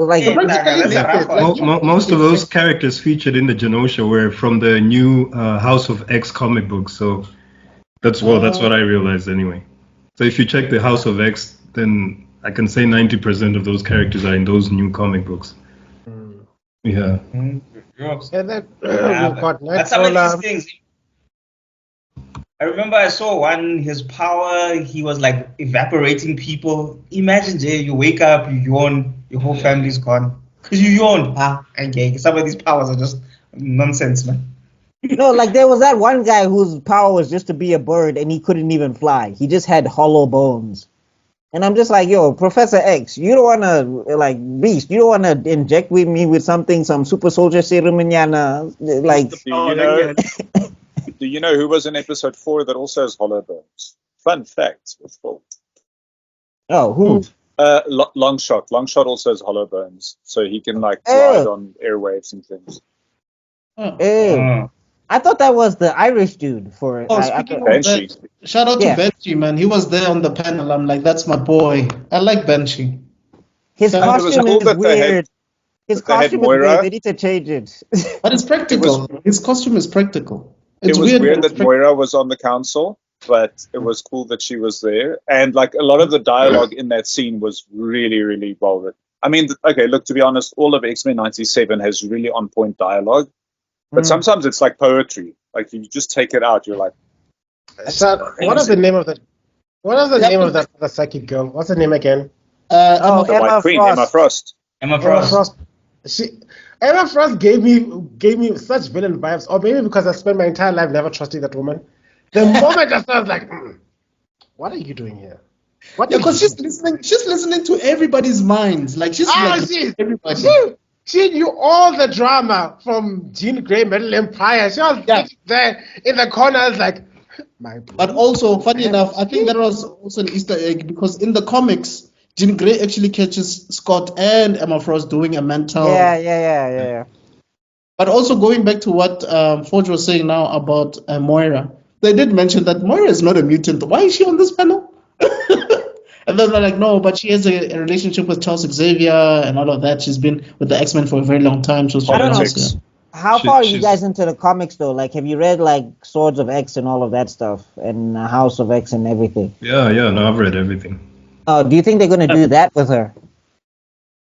I don't think yet, man. Like honestly. But I would love to see the House of X. You know, because it is interesting. It's weird. All right. House of X is the storyline where they draw Beast, but he looks more like a dog than actual Beast does. Wow. It's the one where Professor X is wearing like this X mask. He's got this. Oh wait, okay. Yeah. Oh, the one the Jonathan Hickman run. Yeah. But where he's not on a wheelchair anymore. He's actually walking. Like yes. And they have like these different. They have these different flowers on the island that have different powers or whatever. Yeah. So Magneto's wearing a white costume. I saw that. I didn't read it, but I'm familiar with it. Yeah. Yeah, they're I've very heard interesting. I've heard very good things about House of X. A lot of people talk about it now in message boards underneath X-Men 97 discussions. But what I realized, what we always do is we start getting into an episode and then we tangent on like the first 5 minutes. Yeah. We leave out all the meat. First It's like 5 having a minutes. stew. It's like, no, the stew is just water and like a celery. And then you're like, yeah, here's a piece of steak. Like right at the end, a little bit of steak. Yeah. Because in this episode, there's a lot of stuff where I mentioned this on my TikTok video as well. So you've got Cyclops being, I mean, I know he's dealing with a lot, but he's clearly doing things that he shouldn't be doing, by having this kind of mental affair. And then at the same time, you have Magneto, who's like, yeah, you remember back when I manipulated you to date me and you were my student and I took advantage of my authority? Well, now I'm going to politically trap you into being isolated with me in another country. With a So queen. I'm like, boy, dude, like that is not cool. The But biggest then red flag in history. I mean, And I then on the love flip Magneto, side- but it's like, oh no. And like, Yeah, no, that was rough. And Gambit is just like, yeah, I'll still hang around though. I'm like, bro, it's time to let that go. No, dude, that line Gambit Them said, stay by themselves. Like, Mon ami, it's time to say Mon chéri. it's time to say bonsoir. It's time to say bonjour. No, but "Don't also break your heart." It's time to say au think about revoir. it though. It's like going back to what I'm saying about this whole Genosha episode and these mutants. They know it's bigger than them. Gambit knows that they're still a team, regardless whether they're still dating Rogue or not. They're still a team, and they have a mission. There's still certain things, whether it's Charles's vision or whatever. So sharp. We're not gonna date, but we can be friends. It's all good. I don't. It's fine. You know what I mean? That's how I don't know. Let's be civil. Let's not be friends. Let's be danger room civil. for how long? He watched them occupy the danger room for hours in the last episode. Why is You he know? No, but you know Bro. what Gambit is doing, and this is like if we're getting back onto real life dating advice with the Geek Podcast. He knows when to let go, because when you're just hanging around, you're like, oh, I'm so heartbroken. Like you can stay in that mode for weeks. But he's like he's very stoic about it. He's like, look, these are the options. This is what's going on. I can't control this. I'd be a fool to try. So do your thing. I'm gonna do my thing. It's all good. Whatever. But I'm saying, like, she kind of annoyed me. It's She was so just loud crying over at here. But I'm saying, like, she kind of annoyed me that she was crying at him. It's just like, you're making this choice. Like, I don't know why you're trying to emotionally guilt trip, like, Gambit now into, like, he must understand. Nah, just, okay, fine. I'm out. Peace. See you around. And that dance scene, boy, that was steamy. Like some of those dances. And also, like, that dress, like I'm saying, isn't that dress from the comic books as well that she wears for, like, Gambit specifically at some stage? Yep. Yeah. I was like, that is, wow. thirsty. Magneto was thirsty. Dog, this I guy was all so- over like this, dog. Like yo, Magneto, chill. Like I people are was watching so you guys. uncomfortable. I was like, Oh my god. Eric, I followed you from the beginning. I've been your fan since the beginning of time. I've watched you destroy Sentinels. I've stood by you when you almost destroyed mankind. But this is way too much for me. I'm sorry. I feel Like he was like here. He was like Yeah, I couldn't almost wait. licking Rogue, dog. I'm He like, was in there. ew. Pakati I would- inside. I would say how old is he, but I think this whole series, the alternate title, it's like X-Men 97, Magneto is daddy. You know? I mean, goddamn, the way they draw him. oh my He looks god, good. Magneto, dog. No, Magneto's been this taking is care what- of himself. I don't know how. He's at Imagine least like what, in 80 his 70s? there, but he feel fine. Yeah. Oh, But yeah, and then, that of was course, the surprise, the big surprise that nobody saw coming. no. Before even the surprise, we've got Cable giving the worst warning in the history of warnings. Yo, That was terrible. him and Raiden, god damn it, waste of time travel. And Why stop the music for what? How do- Leave the music. No, or just tell your mama, read my mind. I Tell was- your that's mama, exactly read what I my said. mind. Look into my mind right now, Mom. Look at it. Then, oh my God, we need to do something. I think what happened was it's one of those things where he's time traveling, but he got there too late. Kind of like Flash in BVS. He got there at the wrong time. So I think he wanted to stop it, but he got there and he's like, oh shit, And then he's like, yeah, okay. No, but I'm just if you know you're discombobulated, you know you need to time slide. You don't have time. Just read my mind. Okay, use your omega level telepathy and broadcast it to everybody in the area that we need to get out of here right now. Shit. Right. Like, why we like dog? He's like, super I'm late, sentinel Ma. company. Sorry, Ma. No, just tell me I what I love need you, to Mom. know. Sorry. So the first time in this episode, like I cried a whole bunch. And, I was broken. But, I was but broken. you literally, by this point in the episode, if you watch my TikTok review, I was like, wow, there's a lot more left of this episode than I thought. I thought we were about to wrap up. And then I skip, but I don't comment on any of the surprises. But you can see like what I look like before and after. Like I'm like, but the first time that I got emotional was when she realizes that it's Nathan. And then he just like says like, Mom, I'm sorry. And she's like, for what kind of thing? I don't even know, you can interpret that so many ways, but just that moment was really hectic. Yeah. It was. Yeah. And then kaboom. Yeah. Yeah. Yeah, it Okay. was deep. It was deep. Yeah. Look, I'm literally sad again because I'm thinking about the episode. I'm literally sad again. And she's like looking into his eyes and like, oh, you survived the virus, and- my baby made it, but then whoa, my baby's sad. Gone through a lot. And there's nothing that breaks a mother's heart than letting their own child tell you that they're sorry. They didn't.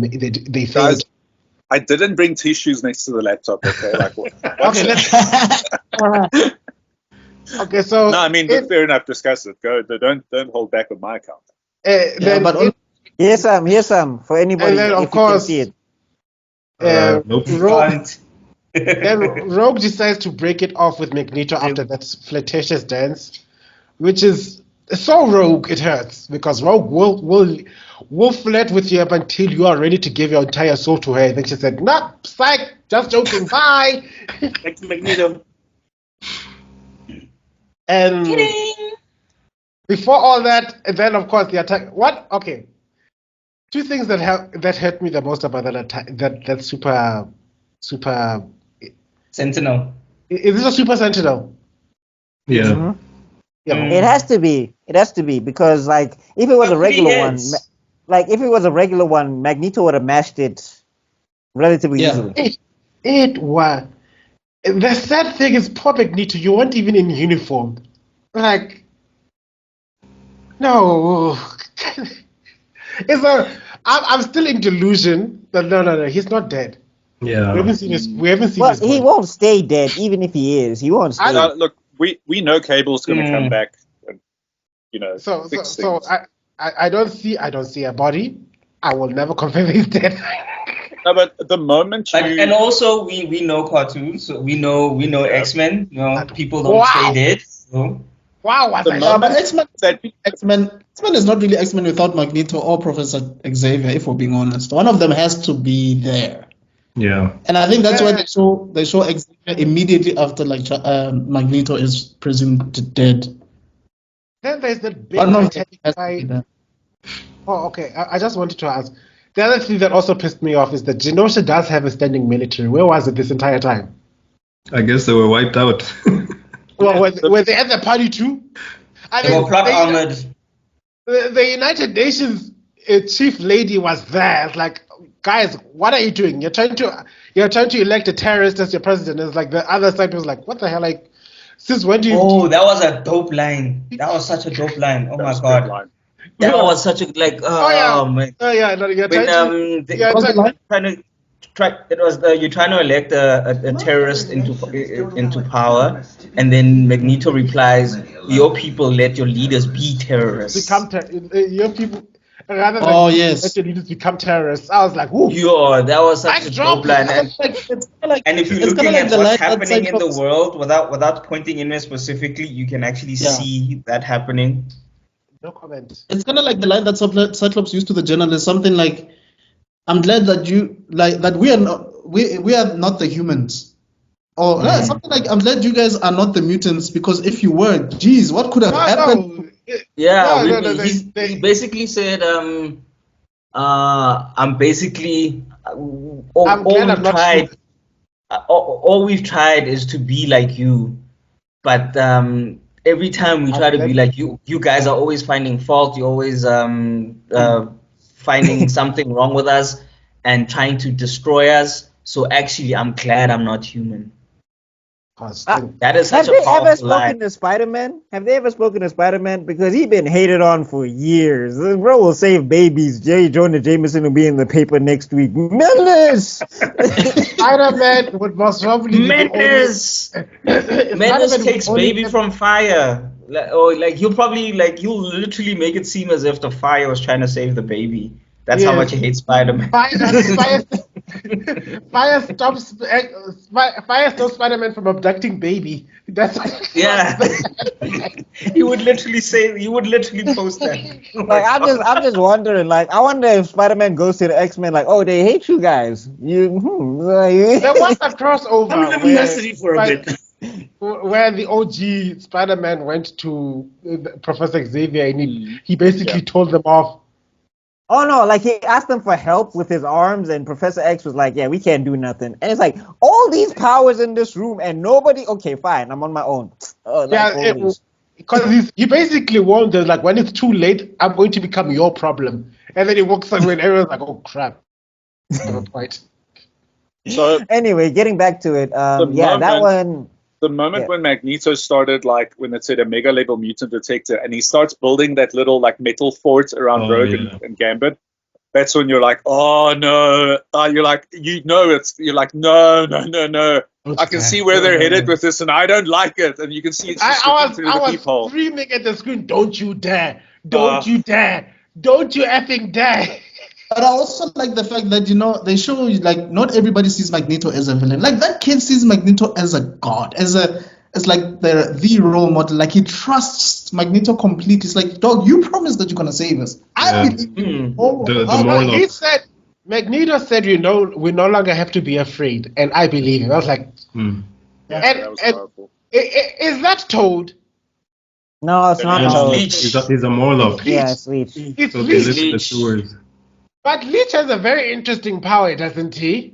Yes. What's his power? I was like... He can, he absorbs other people's powers, but he just dampens them, basically. Yeah, I was like, why are you holding on? So he leeches the power. I was like, why are you holding on to Magneto? He needs all his power right now. Stop it! Wait, no, but if he can leech people, he should be touching all the mutants and getting all their powers and doing something against these Sentinels. Wait, unless he just... he just dampens them. Yeah. So he's like that kid from the movie. He is that kid from the movie. Yes. Oh, okay. They based it from that. But in the movie, Juggernaut is also a mutant because in the movie, apparently, he can affect Juggernaut. Let's not get on that tangent. That's all. We said we won't. What movie? I don't remember a movie. What movie? Snap them out of existence. They don't exist. I'm the Juggernaut, bitch. I just remember there was a beautiful song that they had. I'm not gonna lie, I do enjoy that line. No. Here's the thing. The original meme is amazing. The original video with the I'm the Juggernaut and I'll slap you with your own pimp.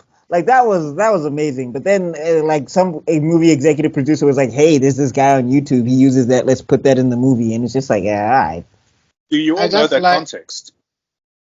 The line from the movie came from a meme on YouTube. I think it was YouTube. Yeah, no, it is YouTube because if you just search "I'm the Juggernaut," it's like they took episodes and they just did the thing where they dub over.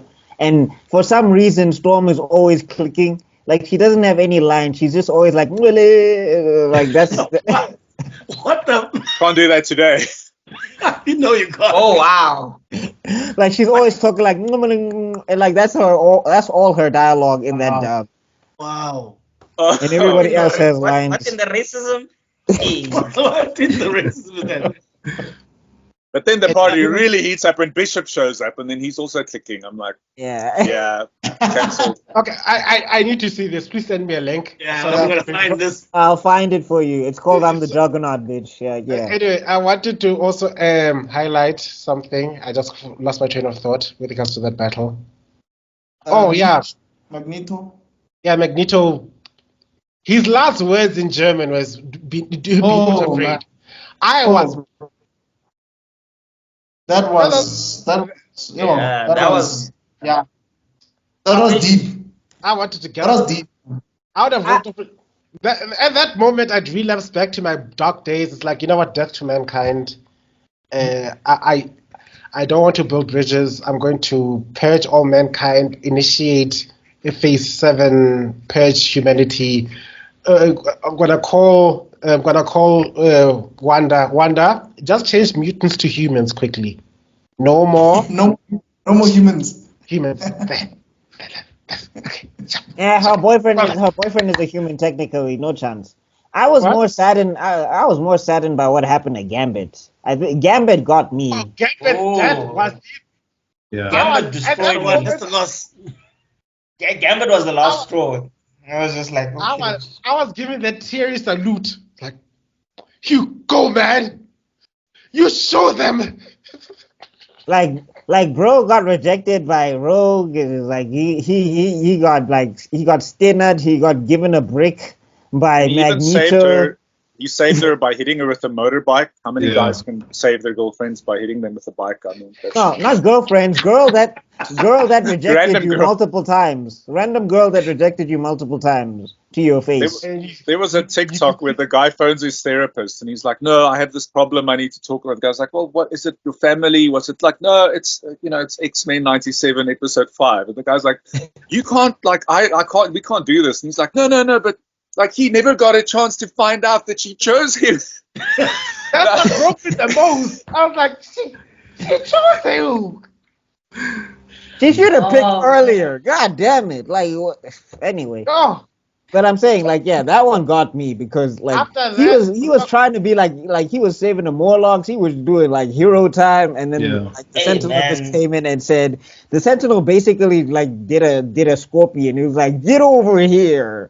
And it was just and apparently, I was listening to Christian Harloff, and apparently, either Christian Harloff or John Campea, they were talking about how the writers deliberately wanted to like pay an homage, I guess you could say, to that whole 9/11 situation because that happened out of the blue, right? It's something that nobody really expected to happen, and so also to have the same effect of everybody who's dying here is gonna die. Like, they're not coming back. I mean, that could be debatable, but we'll see how that goes. Like, Gambit apparently is not coming back.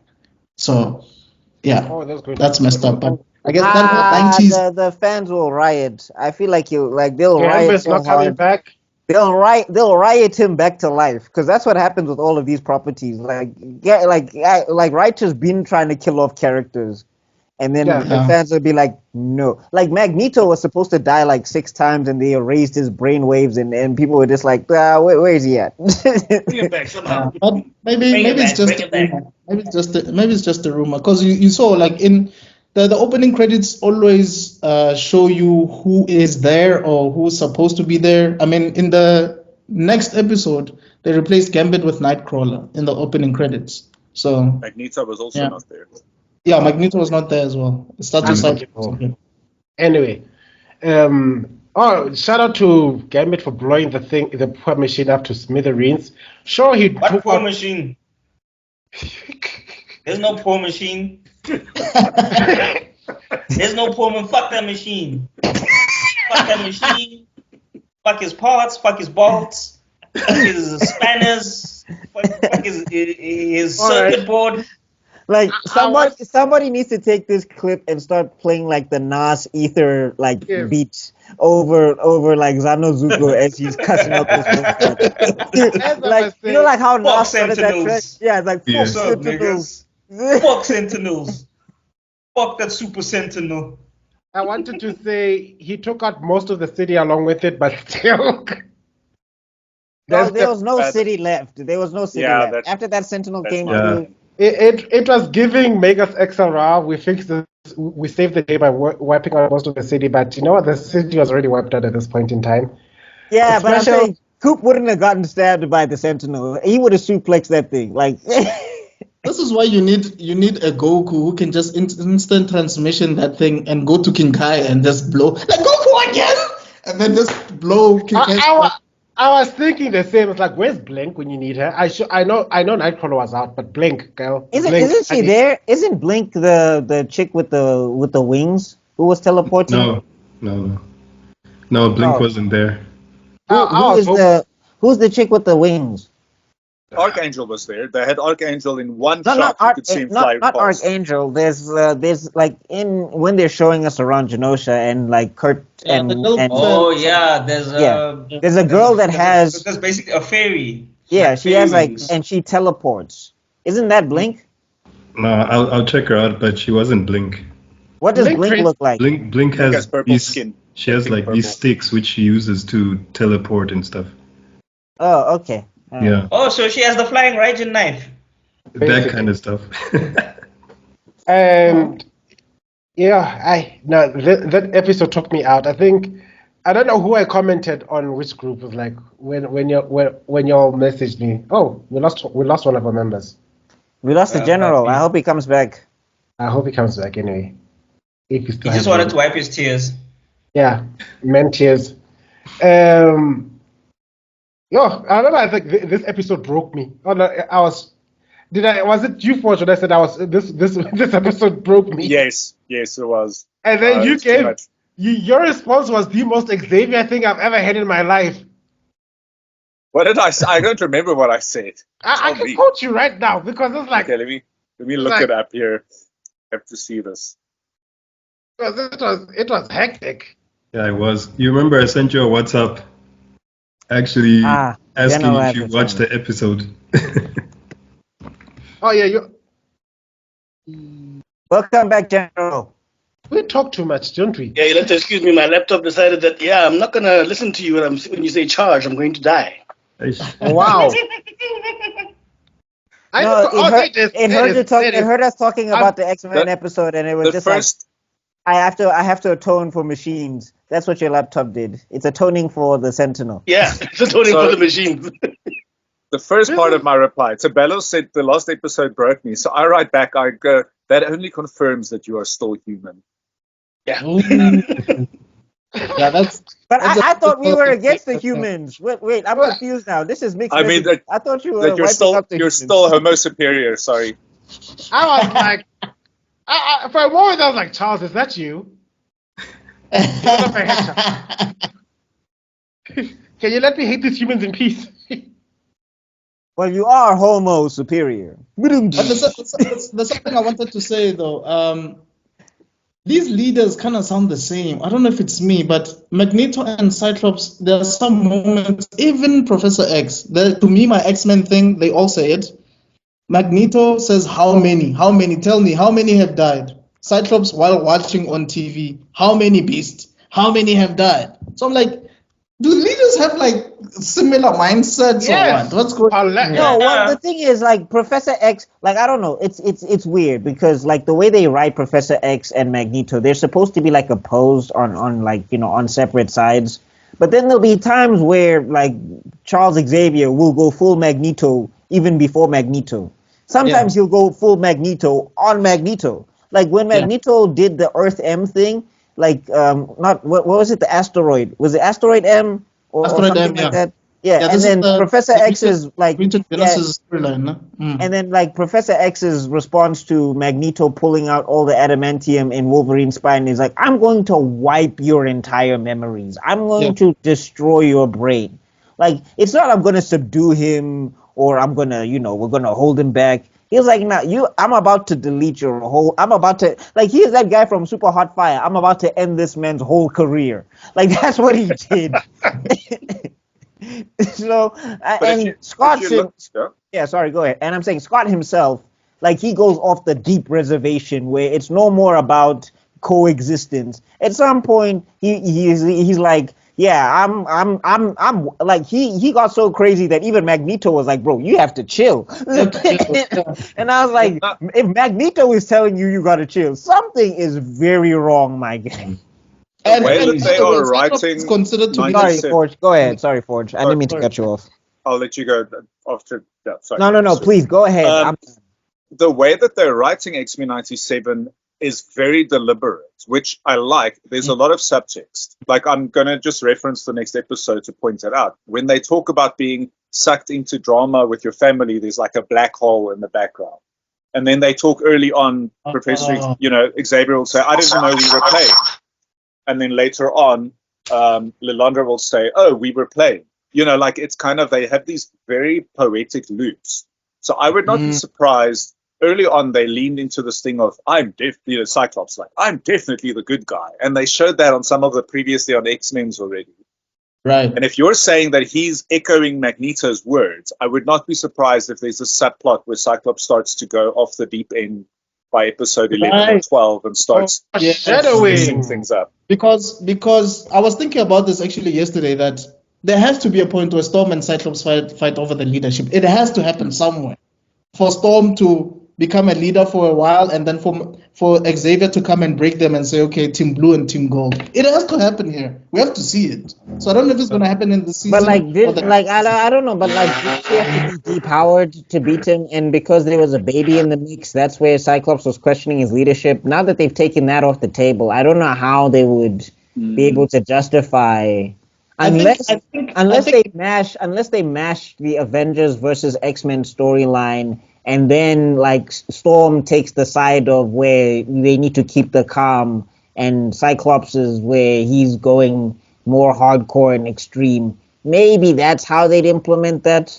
I don't know, but I like the fact that Charles did in episode 6 did say that there are some lessons that he still needs to teach them. So but also Charles, bro, you went and got a whole wife when your students thought you were dead. Are we going into episode 6 now? I think episode 6. Let's segue. Yeah. I'm saying, can you guys explain this to me? Because it feels like Charles just decides to leave when there's chaos and nobody knows what's going on, and then he's just like, they'll figure themselves out. I'm gonna go get myself married to this intergalactic emperor. What? Before we get there, just shout out to what's his name, Bo De Mayo, or what's his name? Oh, Bo De Mayo, yeah. I've you guys saw we've spoken about this. Were you offline when you spoke about this, or were you online? I think we were off. No, are we talking about the controversy? I think we were online. Oh yeah, we're talking about the controversy, but then I found this Twitter, and oh my god, woo!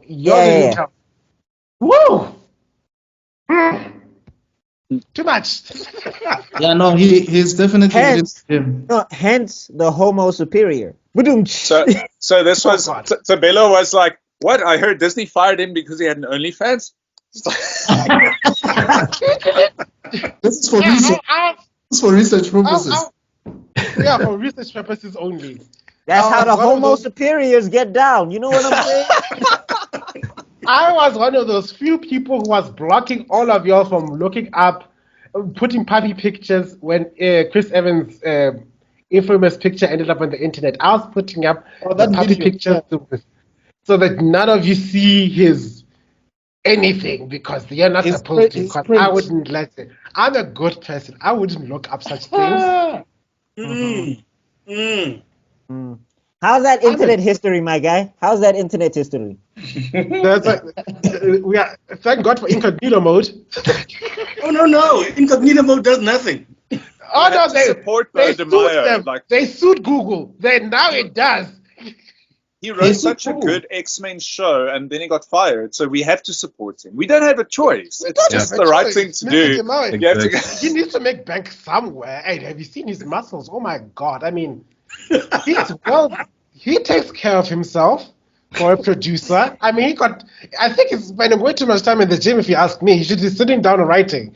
But, here's the thing. Knowing Disney, or rather the MCU, Kevin Feige and them, they're very active. Once they see the fans, the fact that the fans are so invested in X-Men 97 so much that, like, they probably haven't seen such reactions in a very long time. The last time people reacted like this was like Endgame. Yeah. So the fact that they're seeing like they probably will hire him again, and I'm sure he should come back and say, you know what, I need double pay. Y'all did the same thing to James Gunn, remember? So I need double pay for this.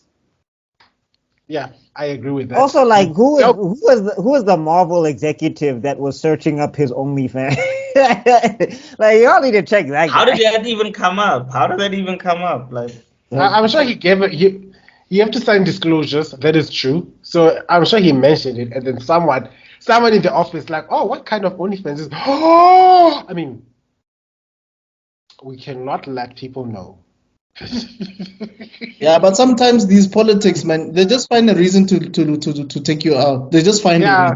something. No, but I'm saying it to- also assumes that we as fans care about these people beyond the shows and stuff that they're giving us. I don't care.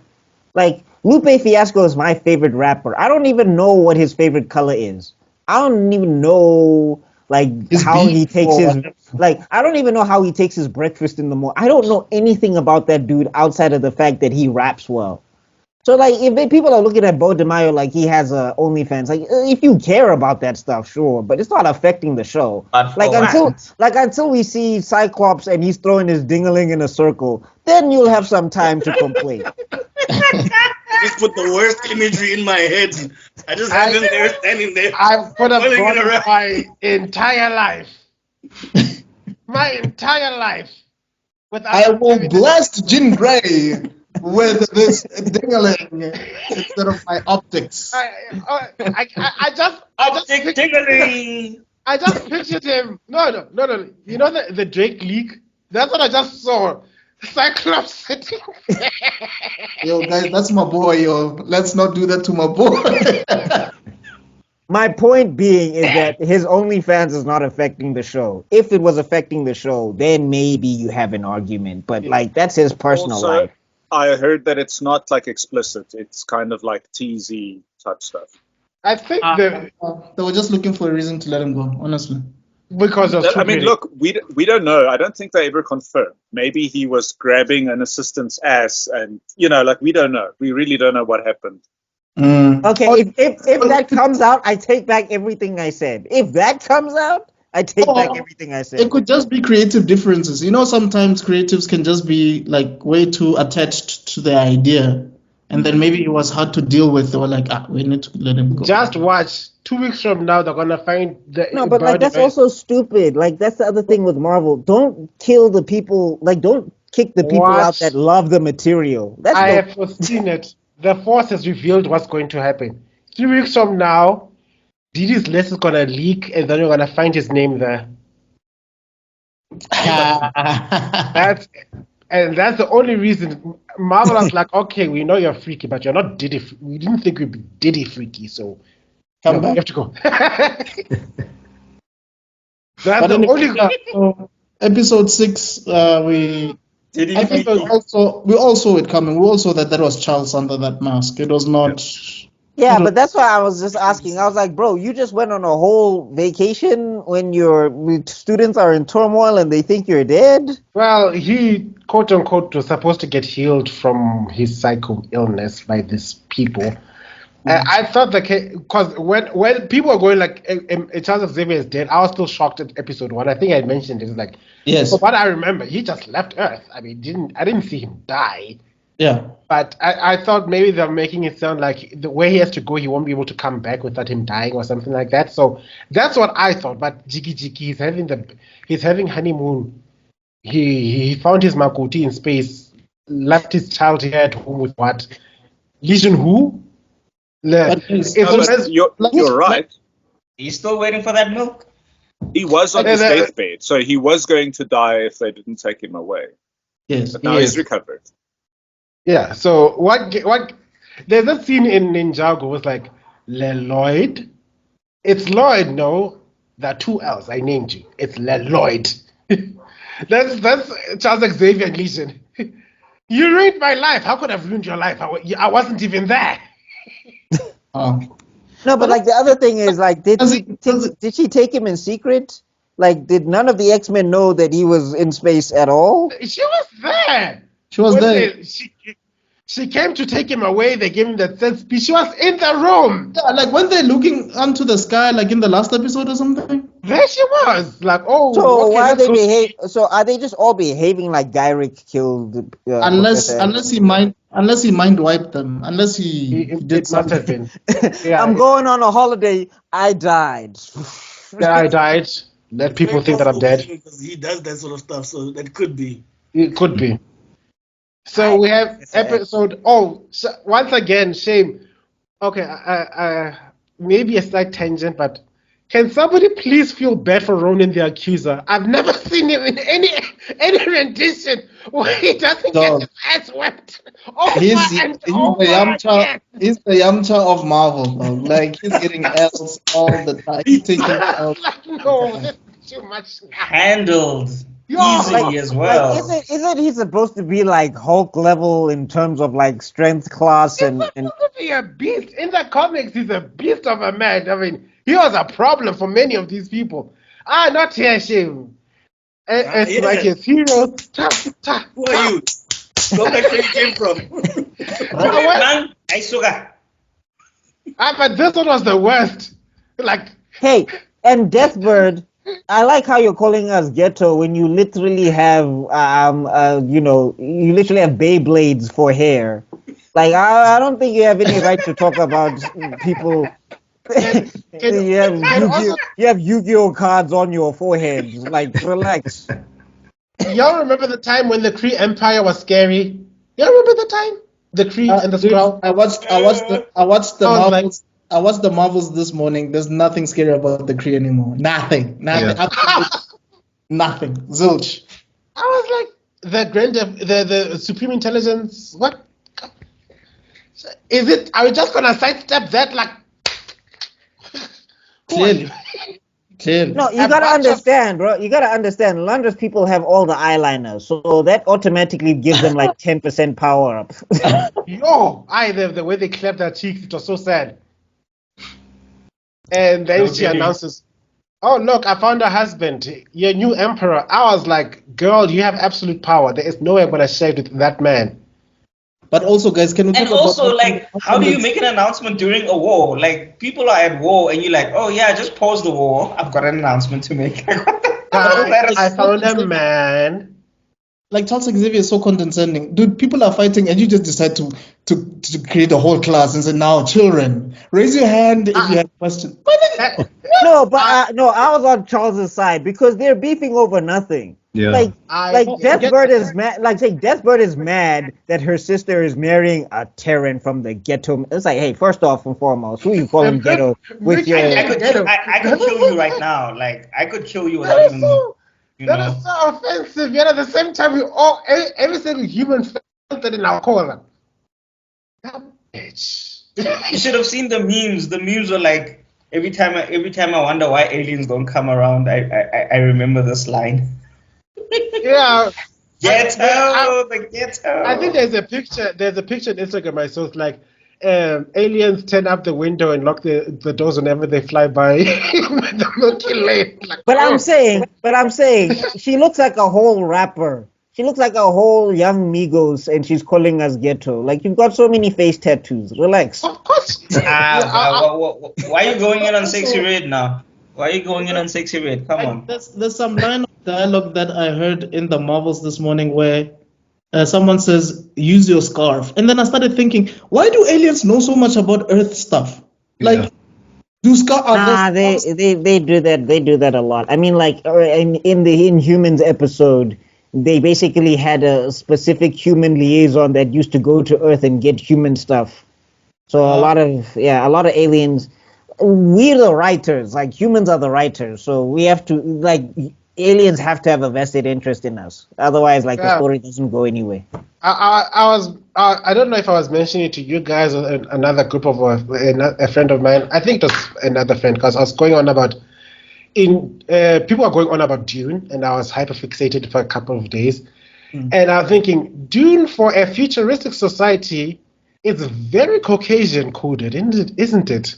Is it? But are they mostly like that? You mean the race? Yeah. You mean like it's not inclusive? It's not diverse? What do you mean? The powerful houses are all white. That's what I'm asking. Like that. Yeah, and I was thinking that it'd be like that, isn't it? Because it was written by white people. Read the books. Not like that. Yeah. In the books, is it better?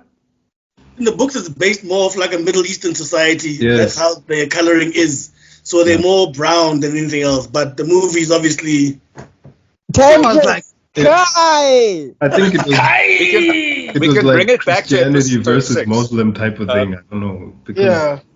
the sand guys are like the Muslims, and then the other guys are like the Christians.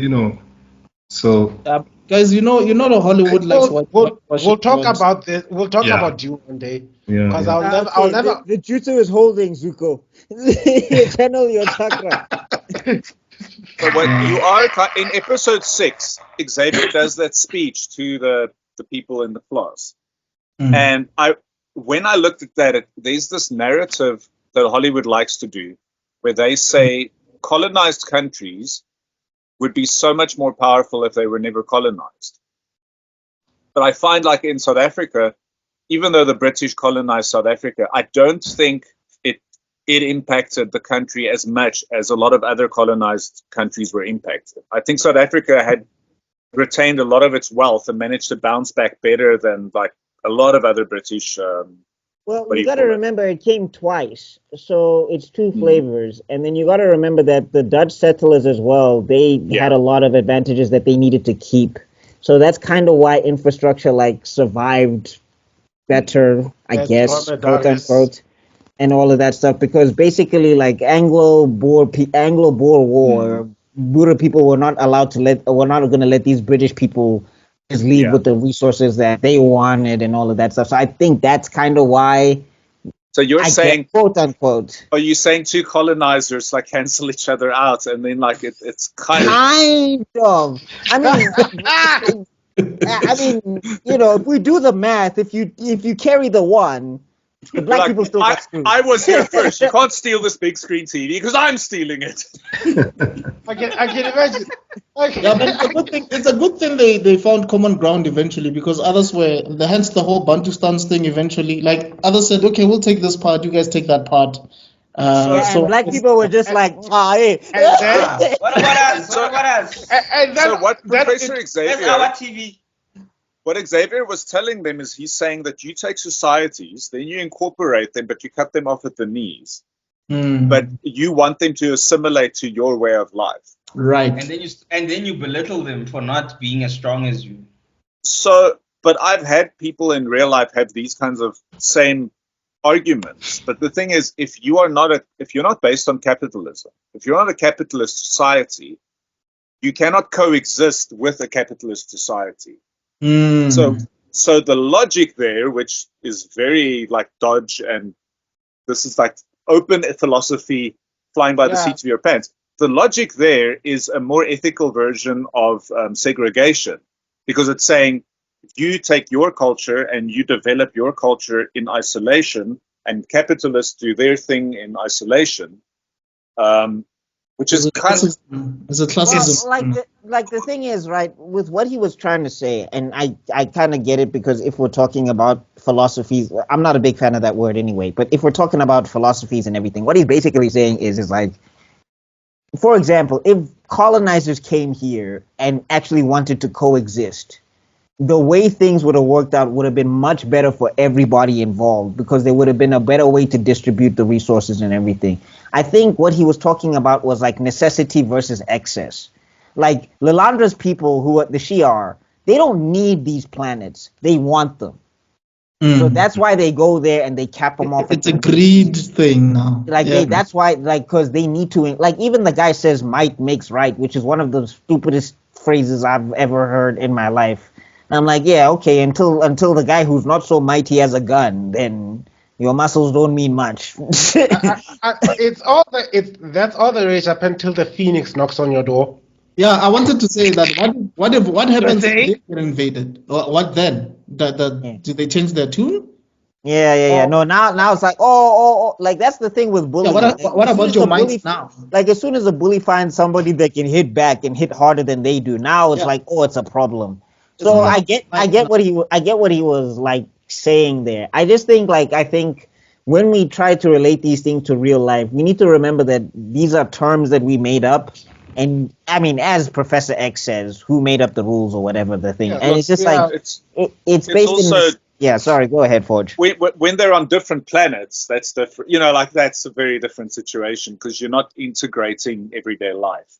Right. I think Star Trek had kind of the right idea where they're like, once a planet has interstellar travel and they see evidence of that, then they approach them and say, would you like to join the Federation? Yeah. But their whole mindset is a lot more coexistence, and there isn't like intergalactic war. Well, there is, but not. And there's no death bird, calling people. Like, she might as well have said, like, she might as well have said the K word or something. Like it might as well have just. She might like. Yeah, like, are we gonna listen to this? Are we gonna listen to this guy? That Terran had the way she says Terran has got it has a very hard R. It's got a very hard N. It's a double N. R, double R and hard N. Like, I'm just like, yo. With a full chest. So she wanted to. She clearly has beef with her sister, though. Like, it's deeper. Don't they fight over the royal throne? Like, isn't she like a personal villain for Lilandra or whatever? Yep. Which I'm like, know what, ne? If I'm queen and my brother or my sister is tripping, bye, exiled. Yeah, exactly. Why do you keep exile? No, he was killed. No exile, kill. I almost said that the men in this show. I almost said that all the men in this show are trashed because they're leaving their women for something else. But I realized that Rogue also did the same thing. So it's not just the men. It's fine. It balances out. But the moment Xavier got hit by that flashback, oh look, your student's dead. Something's going on in Earth. He was like, bitch, I'm out. I don't care about this anymore. I need to go home. Empire. What about my love? What about your love? The other thing, Xavier did a 180 on her cold, man. Like, I understand, but he wasn't even trying to like, wait, I have to go see what's going on. He didn't even just like trying to say like, can you go with me? Let's see what's happening here. I just need to make sure everything's okay. He just said like, I'm out. Yeah, and I'm just like, dog, that's hella. That's point, actually. But I'm saying but that's hella. That's point.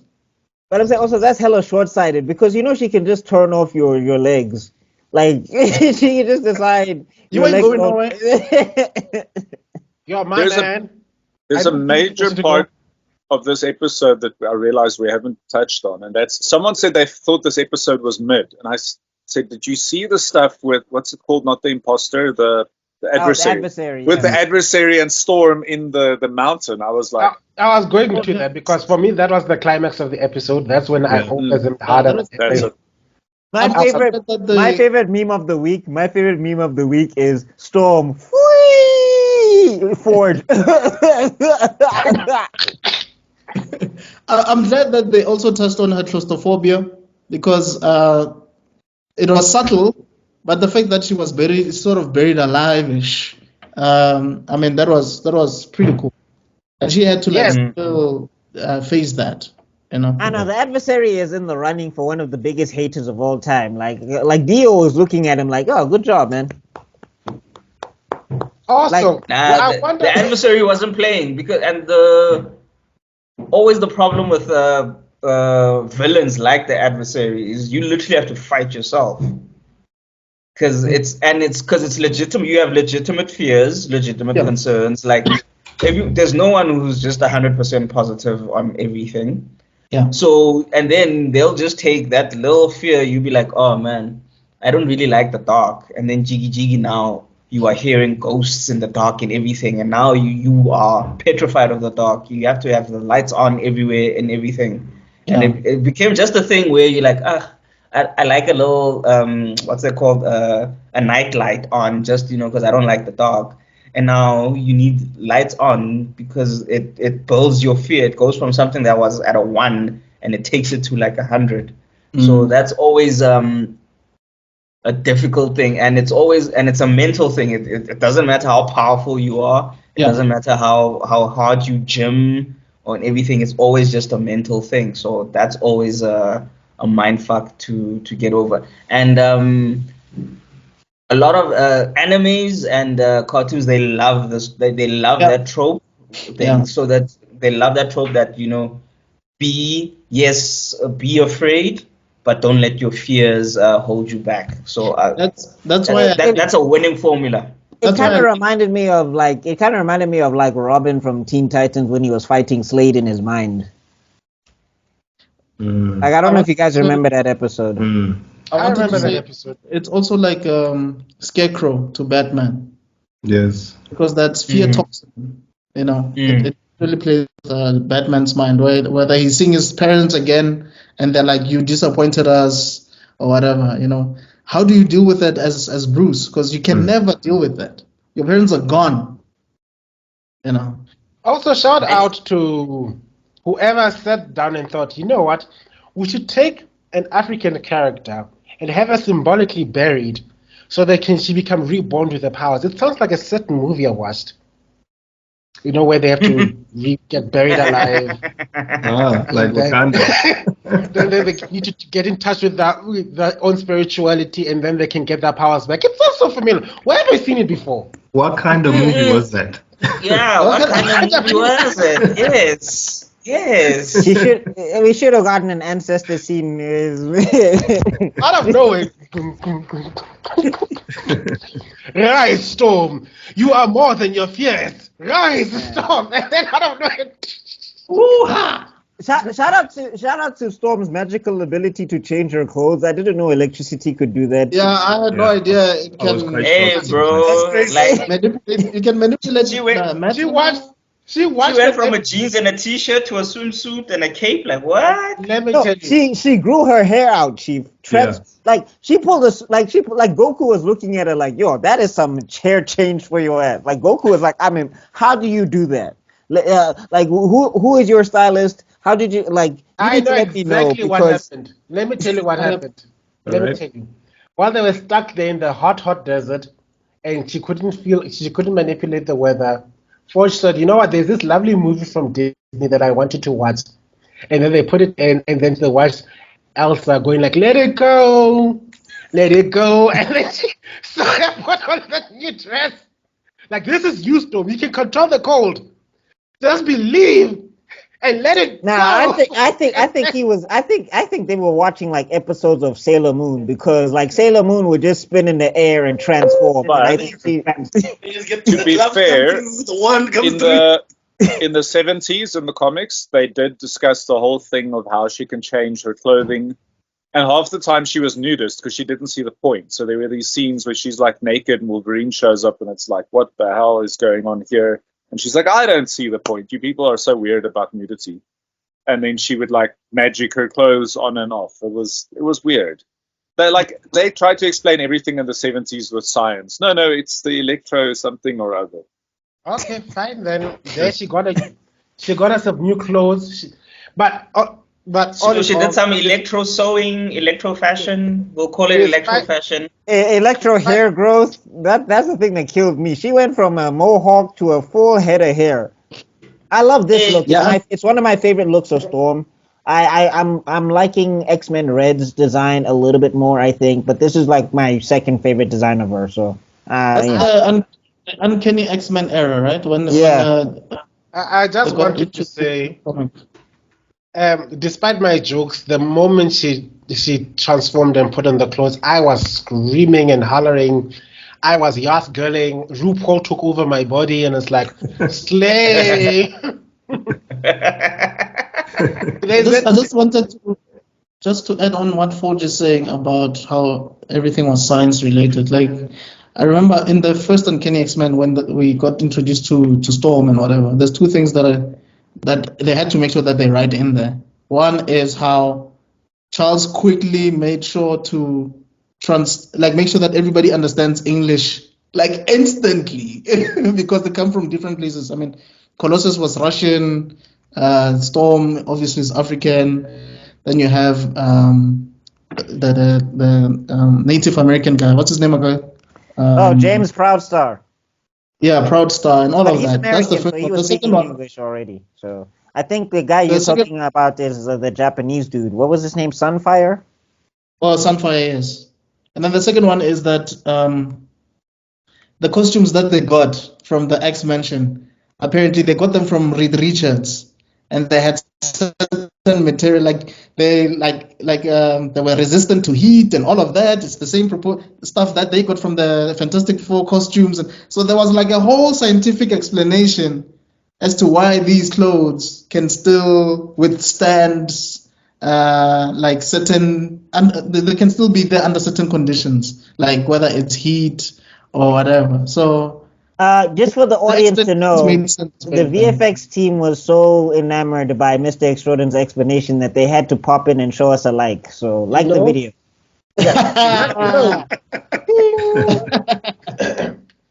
Anyway, I think, well, what are the other highlights that you needed to point out with regards to this episode? Bolivar Trask. We need to talk about that because I don't understand. He seems inconsistent. Yeah, because I think he'd be happy that he blew up Genosha. Yeah, like I thought he would be like, "Oh, party time! All the mutants is dead." Right. Whoop whoop. I think he's not happy because a mutant made him do it, and it wasn't his idea. I think that's not a maybe the only mutant thing. though. I think he's not What is happy he? because Sinister is on his tail, and he's like, "I gave you what you wanted. Just get away from me." Yeah. Wait, I isn't was- Sinister mutant? No, he's a mutate. Sinister made himself have powers. Thanks Oh, to depending on the source material, is either with the help or without the help of Apocalypse, but one way or the another. Yeah, he's not like because mutate you get the powers. Like Spider-Man is a mutate. I mean Hulk is a mutate. That's how Okay. that works. Like you're a mutant when you're coming out the womb shooting X-Men laser powers out your eyes. Like that's how that works. Oh, okay. Oh, that makes sense. That's why Usually during puberty. Cyclops Yeah. doesn't consider Deadpool to be a mutant. Even though he's part of the X-Men Mutate sometimes as and he's on the X-Force and I don't know, the mutant like X-Men also they become inconsistent because like recently Juggernaut is like part of the X-Men now in the comic book. So I don't know. He's not a mutant. Hey, but He's not okay, a but X-Men does love a redemption arc, so X-Men is all about if you protect the mutants, you're one of us. That's all they can. That's Yeah, all the but requirement required. Let's be You honest. mentioned Bold and the Beautiful, and I was watching a YouTube video about all the retcons in X-Men, and they were talking about the origin of Mr. Sinister, and there's so much fan service in writing, so everything ties back. It's like, no, Sinister did this thing 100 years ago to Professor X's father, and this, and it becomes really messed up. So, like, yeah, everyone's kind of a mutant and not, and there's a point where I stopped It's a caring. mess. It's Like- a mess. You're like, because every writer, they hire a new writer, and this guy's like, "Ooh, I need to leave my mark on this X-Men thing." Yes. So, what Yeah. if Sinister's great grandpappy, like his sister, was the servant in Apocalypse's pyramid, and then they implanted it? It's like I don't care. I really You're right. I think what happened was Marv Wolfman, when he did the Crisis on Infinite Earths, it's an earth-shattering situation. Things like the death of Superman, things like House of M, where there's like no more mutants and whatever. Like those type of storylines that really change the entire scene of like the comic book industry. Everybody, when they come to write something, they want to leave that same mark, whether it's the Dark Knight Returns. Like you just want to be that guy that changes this character, whether it's the Red Hood coming back, the death of Robin.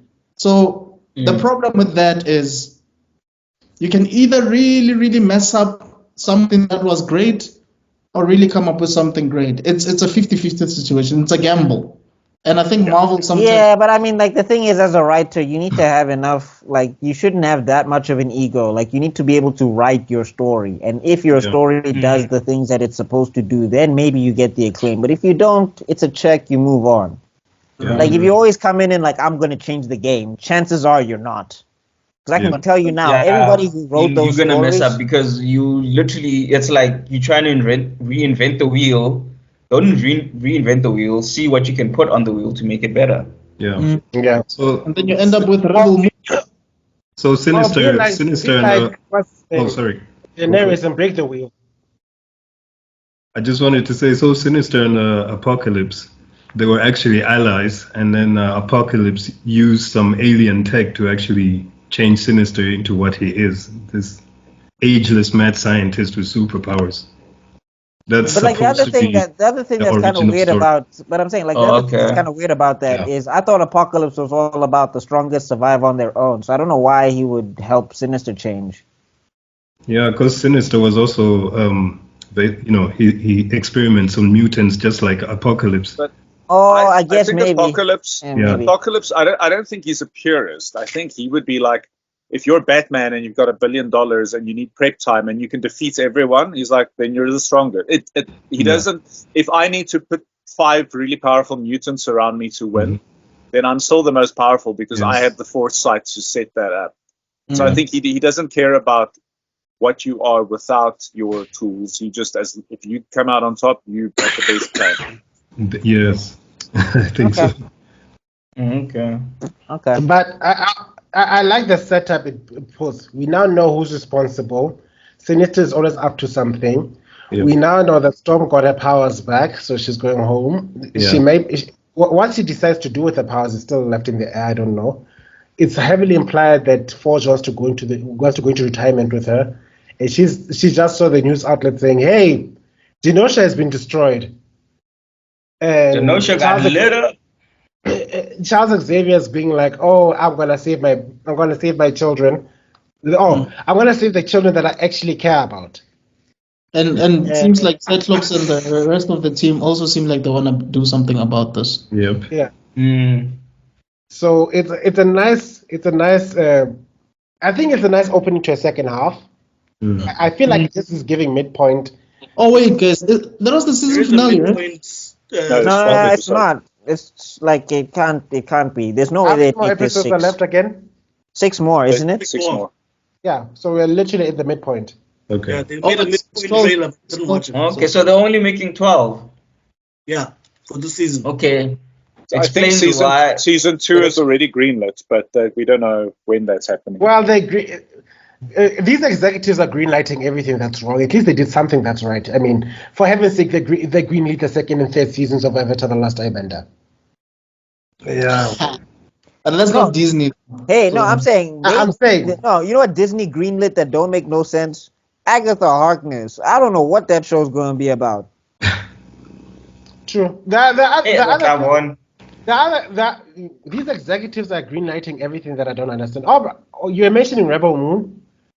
Yeah, it's Rebel Moon Part 2. It just dropped. I checked it out already. Don't waste your time. Don't waste your time. Have you watched it? Why would you do that to yourself? 30 minutes. 30 minutes is all I got.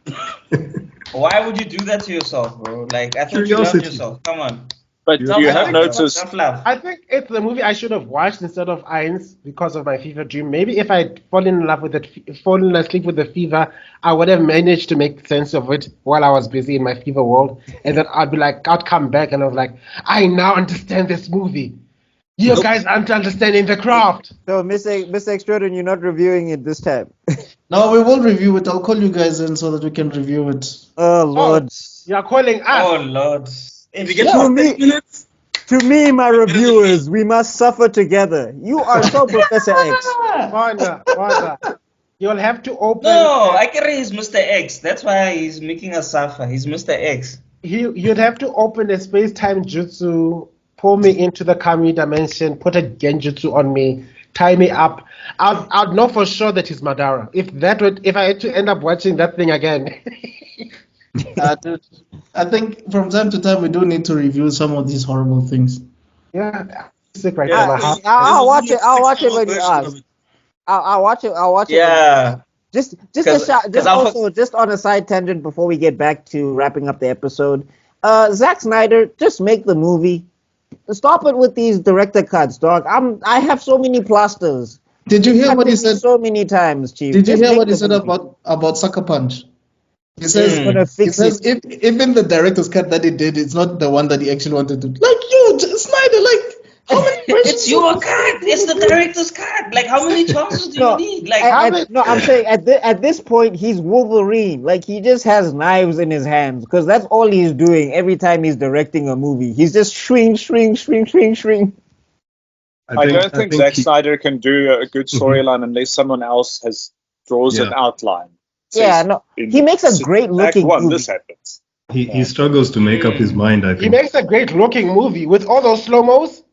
No, that was terrible. But I'm not Rebel Moon. Not Rebel Moon. Rebel Moon looks. I'd rather watch another lens flare movie filled up with all the lens flares from J.J. Abrams from beginning to end than suffer through another Zack Snyder movie. I'm saying Batman versus this is not a Superman. bad director. I'm saying Batman versus Superman was nonsense in terms of storyline. But if we're looking at the aesthetics and we're looking at the framing and all, and like from scene to scene when they're in like isolation, they look good.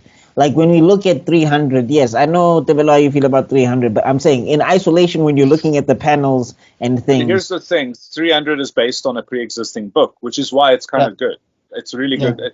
Even I know people hate it, but I never read Watchmen when I saw Watchmen, and I thought it was fucking amazing. Yeah, because I've never seen the source material. And it's a great movie. I thought it was all right. I watched but it then with when my he started dad, doing I felt Sucker awkward Punch, the entire movie. Why? Which one? Because of Dr. Manhattan being naked all the time. So, like the blue penis from beginning to end, like I was like Multiple blue peen. Like he was like all over the place. Is this now the series or the movie? The movie. The movie. both actually. Actually, both. Yes. Series was worse. Even in the comic, yeah. What happened to the series? The series looked. No, they had to get rid of it. The series was pretty good, but they had there was blue peen if that's what you're asking. No. Before blue, it was black. Like we actually saw Yatim do things. Yes. Like frontal, dog. Frontal. Yeah, that was. Kevin Smith was talking about that. He's like, he's like if he's white, it's like no, it's CGI. It's CGI. Like, there's no way it can be like that. It's CGI. No, I mean, they also had like dudes straight up, like they had dudes like straight up, doing things together in the bedroom there on screen, and it was just like, oh, okay, what? No, I'm sure he agreed to do Aquaman 2 just so that people can like him again. Because after that he was like, okay, I need to be Black Manta or something. Because clearly I messed up. So Anyway, By taking that role as well. let's give our final thoughts of the last 3 episodes as a whole and give our rankings. Who do we start with? Zuko. Okay, you can start with Zuko, I guess. It was horrific. Oh. It destroyed a little piece of my soul. It engaged my mind. The only real criticism I have is I felt it felt a little quick, like they were building something and then they had to finish it quickly. So because of that, I'll give it a 9. A 9. Okay. Yeah. And the other TK. Which one? Oh, anyway. There can only be one. Okay. From 4, 5, and 6. Definitely my favorite was number 5. It was just crazy, the action, the storyline, the suspense. But I like where they're building to, from number 6. I'm liking the direction they're going. And I think it's about to get more interesting. So I'll give it I'll give it a 9. I'll give all 3 of them a 9. Mr. BuckMeister. Yeah. Resident Sourman. That's my X-Power. The Jubilee episode was all right. Didn't do anything for me, really. I mean, what Sunspot was cool, I guess. For the 5 seconds he uses his powers, so I guess that was fun. And Jubilee's fun as a character. I don't mind her, so I'll give that one a 7. Episode 5, lots of intrigue. I love the action. Gambit to me was the MVP of that episode personally.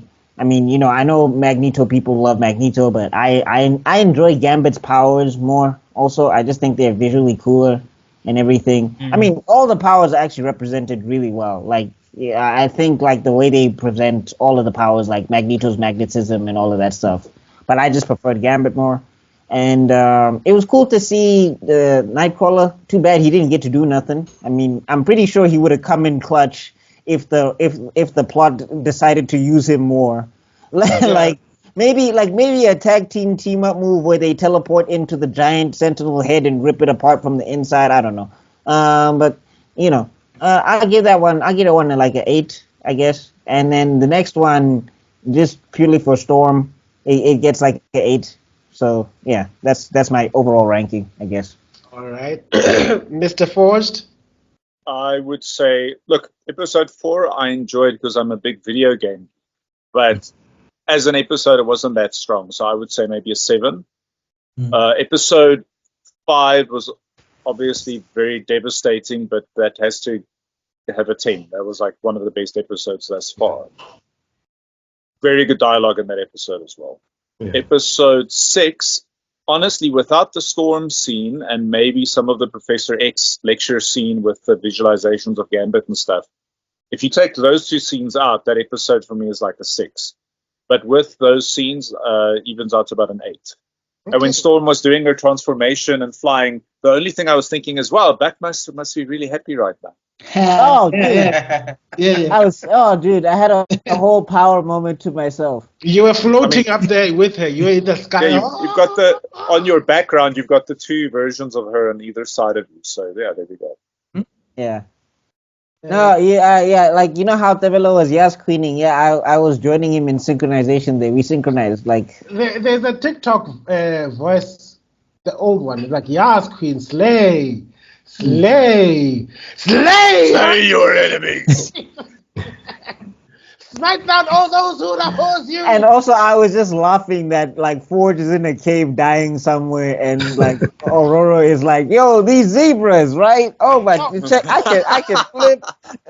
Like, dude has got whole cancer in his chest. Dying? Oh, no, the worst part is like, ain't the homie dying? Why plant, you like having a good time? The plant grows in the dark. It doesn't want sunlight. She blows an entire hole in the roof. I was thinking, oh, that's the plant. Like, oh, that shot with the satellite was cool, where you could see like the weather disruption. Yeah. Yeah. That was a beautiful scene. Yeah. No, I mean, I enjoyed it, and I was like, hey, Forge might have to bite it because Storm looks great right now. If that's the price, it's a worthy trade. Papie Sama, what's your ranking?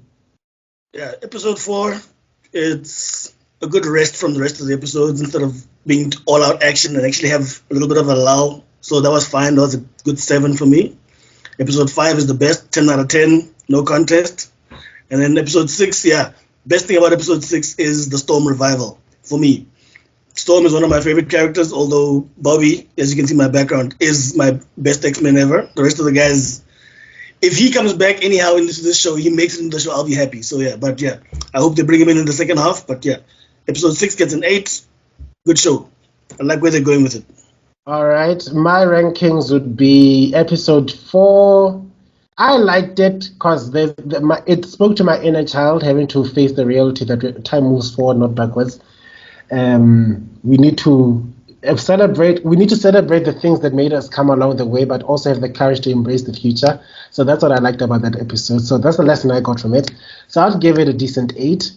Episode 5. Yeah, that just brought back generational trauma, and I think we also forgot the lovely piece of irony where the UN lady was talking to Magneto and said, "You're electing a terrorist as your leader," and then he says, "Your nations elects presidents that become terrorists, and then they have a terrorist attack in their very capital," proving his point beyond a shadow of a doubt. I'm not gonna give examples, so we don't want to inflate the algorithm, but we all know what they're referring to. But like that human lady from the council has to also be like, humans got to be tripping because I'm still here. Like, did nobody get the memo? Like, like if a building falls on me, like a human was killed in a mutant terrorist. Yeah, that's what happens when you are. There's that reference where you are an N lover. Like, in, I use that N lover, prosperity, I'm quoting Django. They wanted to shoot the dentist because he seems to care more about black people. Because when you identify yourself as part with the minority, you automatically become disqualified as part of as part of a human. Mm-hmm. Like, back in the day, the example that comes to mind is that whenever a straight ally would stand for the gay agenda, for the gays, they'll automatically start suspecting that he's gay or he's in the closet or he's in denial. Mm-hmm. just because being a normal, decent human being isn't enough for you to stand with the minority, and that's the good catch-22. That the moment you decide no, what you're doing is wrong, is the moment they disqualify you as part of the normal people. Yeah. Yeah, they turn into that guy they turn into that Ugandan interview or whatever. I think he was Ugandan. But you are gay. That was definitely not on his note. That was not on his notes. I know it was not on the prompter. I was on the prompter guy was like, wait, what? That's or maybe he has an amazing gaydar. Maybe we were reading it wrong. Maybe he can sense that. Maybe he's the Professor X of gay people. Maybe he's just like dog. He's the cerebrum of the gay people. Like, you are gay. I know. You are gay. Yeah. There's even a remix one. They put it to music or something. I don't know what they did. Like, it's even funnier. Remind me of Gracie Jones when she outed those people in that movie. Like, I have a brother who's gay, and I know a gay man what a gay man looks like, and you are gay, and you and him, you are gay. Boomerang. Yeah, Boomerang. That's the movie. Anyway, episode 6. Extrodin. Oh, sorry, you still going, Tebello? Yeah. Go ahead. Episode 6, I loved it. I learned that Storm had to come to terms with the fact that she called this upon herself. She had to come to the responsibility that she can't escape who she is. As much as she wants to deny. And the fact when she came to acknowledge that, like she also told the guys, the demons live inside us. But the moment you come to face that you are in fact the demon, is the moment it stops, it lets go of it. It removes its hold over you like a cancer. So I got heart. Yay! So for me, that episode gets a solid 9. I'm super excited for the second half of this season. I think this is the highlight of my year when it comes to things to watch. The things that I look forward to watching, things I dread watching. This is the one thing that I look forward to. It's like, oh my god, a new episode is coming out this week. So, as much as I don't like our Disney overlords, I have to give my praise to them. Like, well done, you're doing a good job so far. Let's see what the second half has come to go through. Anyway, with that, can I close? Or do you have any last? Oh no, Mr. Extrodin, did you give your ratings, dude? You did. I don't know why I'm invisible to Tebello, but you don't exist anymore. Who is that person? No, you see, he's gone full Magneto because you're Professor X. So yes, I don't. You've been Professor X'd. Yeah, it's not this time. The moment you mentioned me watching, what's his name? Star Wars wannabe. What's his name of that movie again? Rebel Moon. The moment you're like, okay, he's dead to me. You a hero force. Nah, nah, nah, nah, nah, nah, nah. You were like a brother to me. Yes. From my perspective, Zack Snyder's movies are terrible. Then you are lost. Anyway, episode 4, it was really great for me. I don't know, maybe it's because I grew up watching things like Hack Sign, and Digimon, where these characters get immersed into a game and then they have to like find their way out and stuff like that. Like the Digimon the movie, it's like that, where I think the first part of it where Ty and Matt and who's the other TK, they get stuck into the digital world and stuff like that. So it was an homage for me of the 90s gaming and like how we used to play with TV games, all of that. It was brilliant.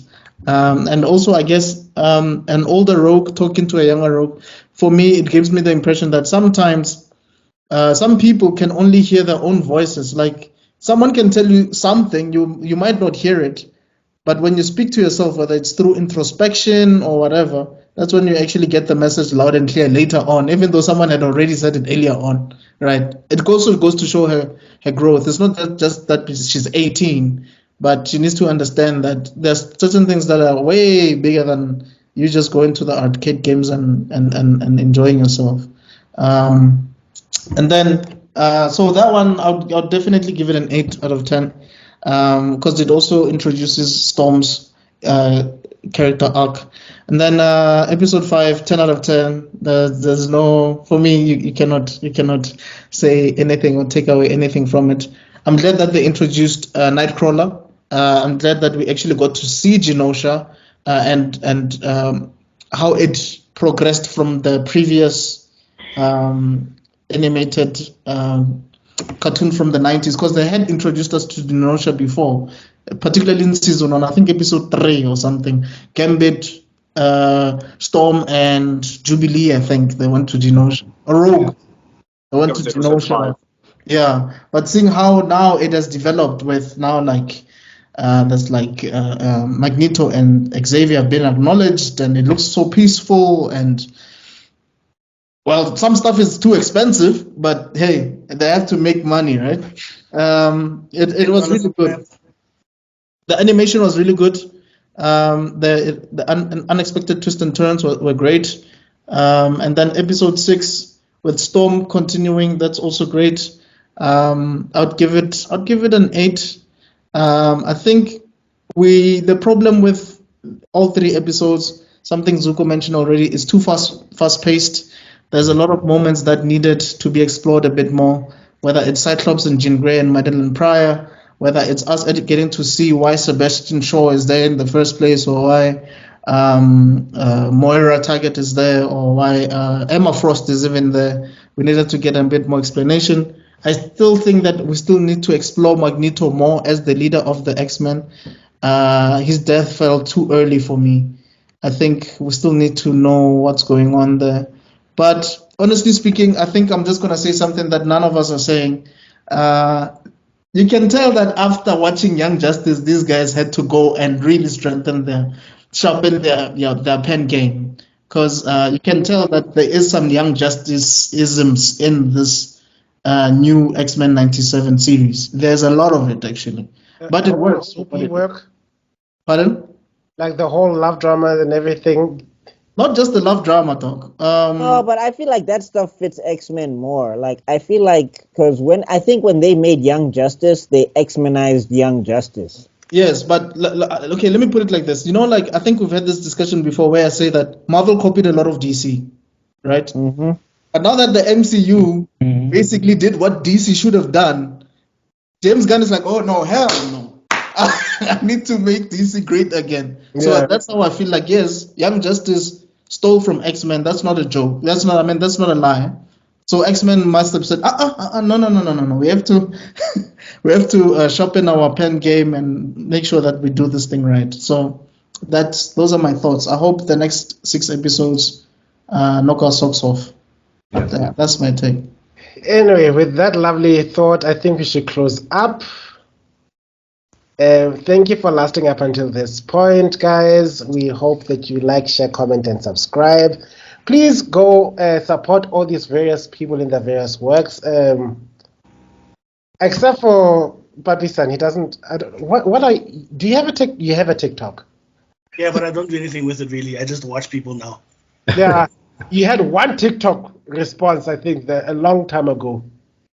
Yeah, and that's the last time I remember. But anyway. Support him with whatever he does. Yeah, you comment below. Everyone else will have the links in the description. Follow Forged Mused. His TikTok is really amusing. He's very informative. He's very wise. There's a lot of Jedi level wisdom that he keeps under wraps that you don't see up until it just and then you just see, oh, a Jedi. So that's Mr. Forged. And then we've got Thatokoza Khoza, the other TK. TKC in the area. We're going to meet. I think we'll have our epic showdown when we meet at Afro Geek Fest. I hope we meet you guys there. Oh, I'm there. I'm there. And that's when we'll play the Princess of the Universe soundtrack. I hope you have your sword ready. We're the Princess of the Universe. Bear in mind, the man who told the man who first helped me train with my sword is down there, Mr. Papie. He's the one. He's the one who got me into Japanese swordsmanship. So you're basically his Obi-Wan, dog. Like you taught him everything, manga, anime, sword I prefer fighting. Qui-Gon Jinn to Obi-Wan, but yeah. So you're the one to blame. So you're the one to blame for this Anakin. If I end up committing a mass genocide because of the geek nations and stuff, you know who to blame. Yeah, it's midichlorians. We'll bring it. Yeah, it's not me. It's him. It's the You are my brother, Papie. Anyway, what's my usual saying? Never saying in the end. Oh yeah, I want to become more viral than herpes. Oh, this damn cold, because it seems to be more viral than herpes ever was. God damn, the way spread through this entire nation. I want to become more viral than. I can still taste food. I want to become more viral than herpes, and the only way it spreads is through mouth. So please go talk about us. We love you guys. We'll see you guys next week. Oh, also part 3 of X-Men. Keep commenting below. Keep watching us. We love you guys. See you next week. Peace out. Katon, to me, bye.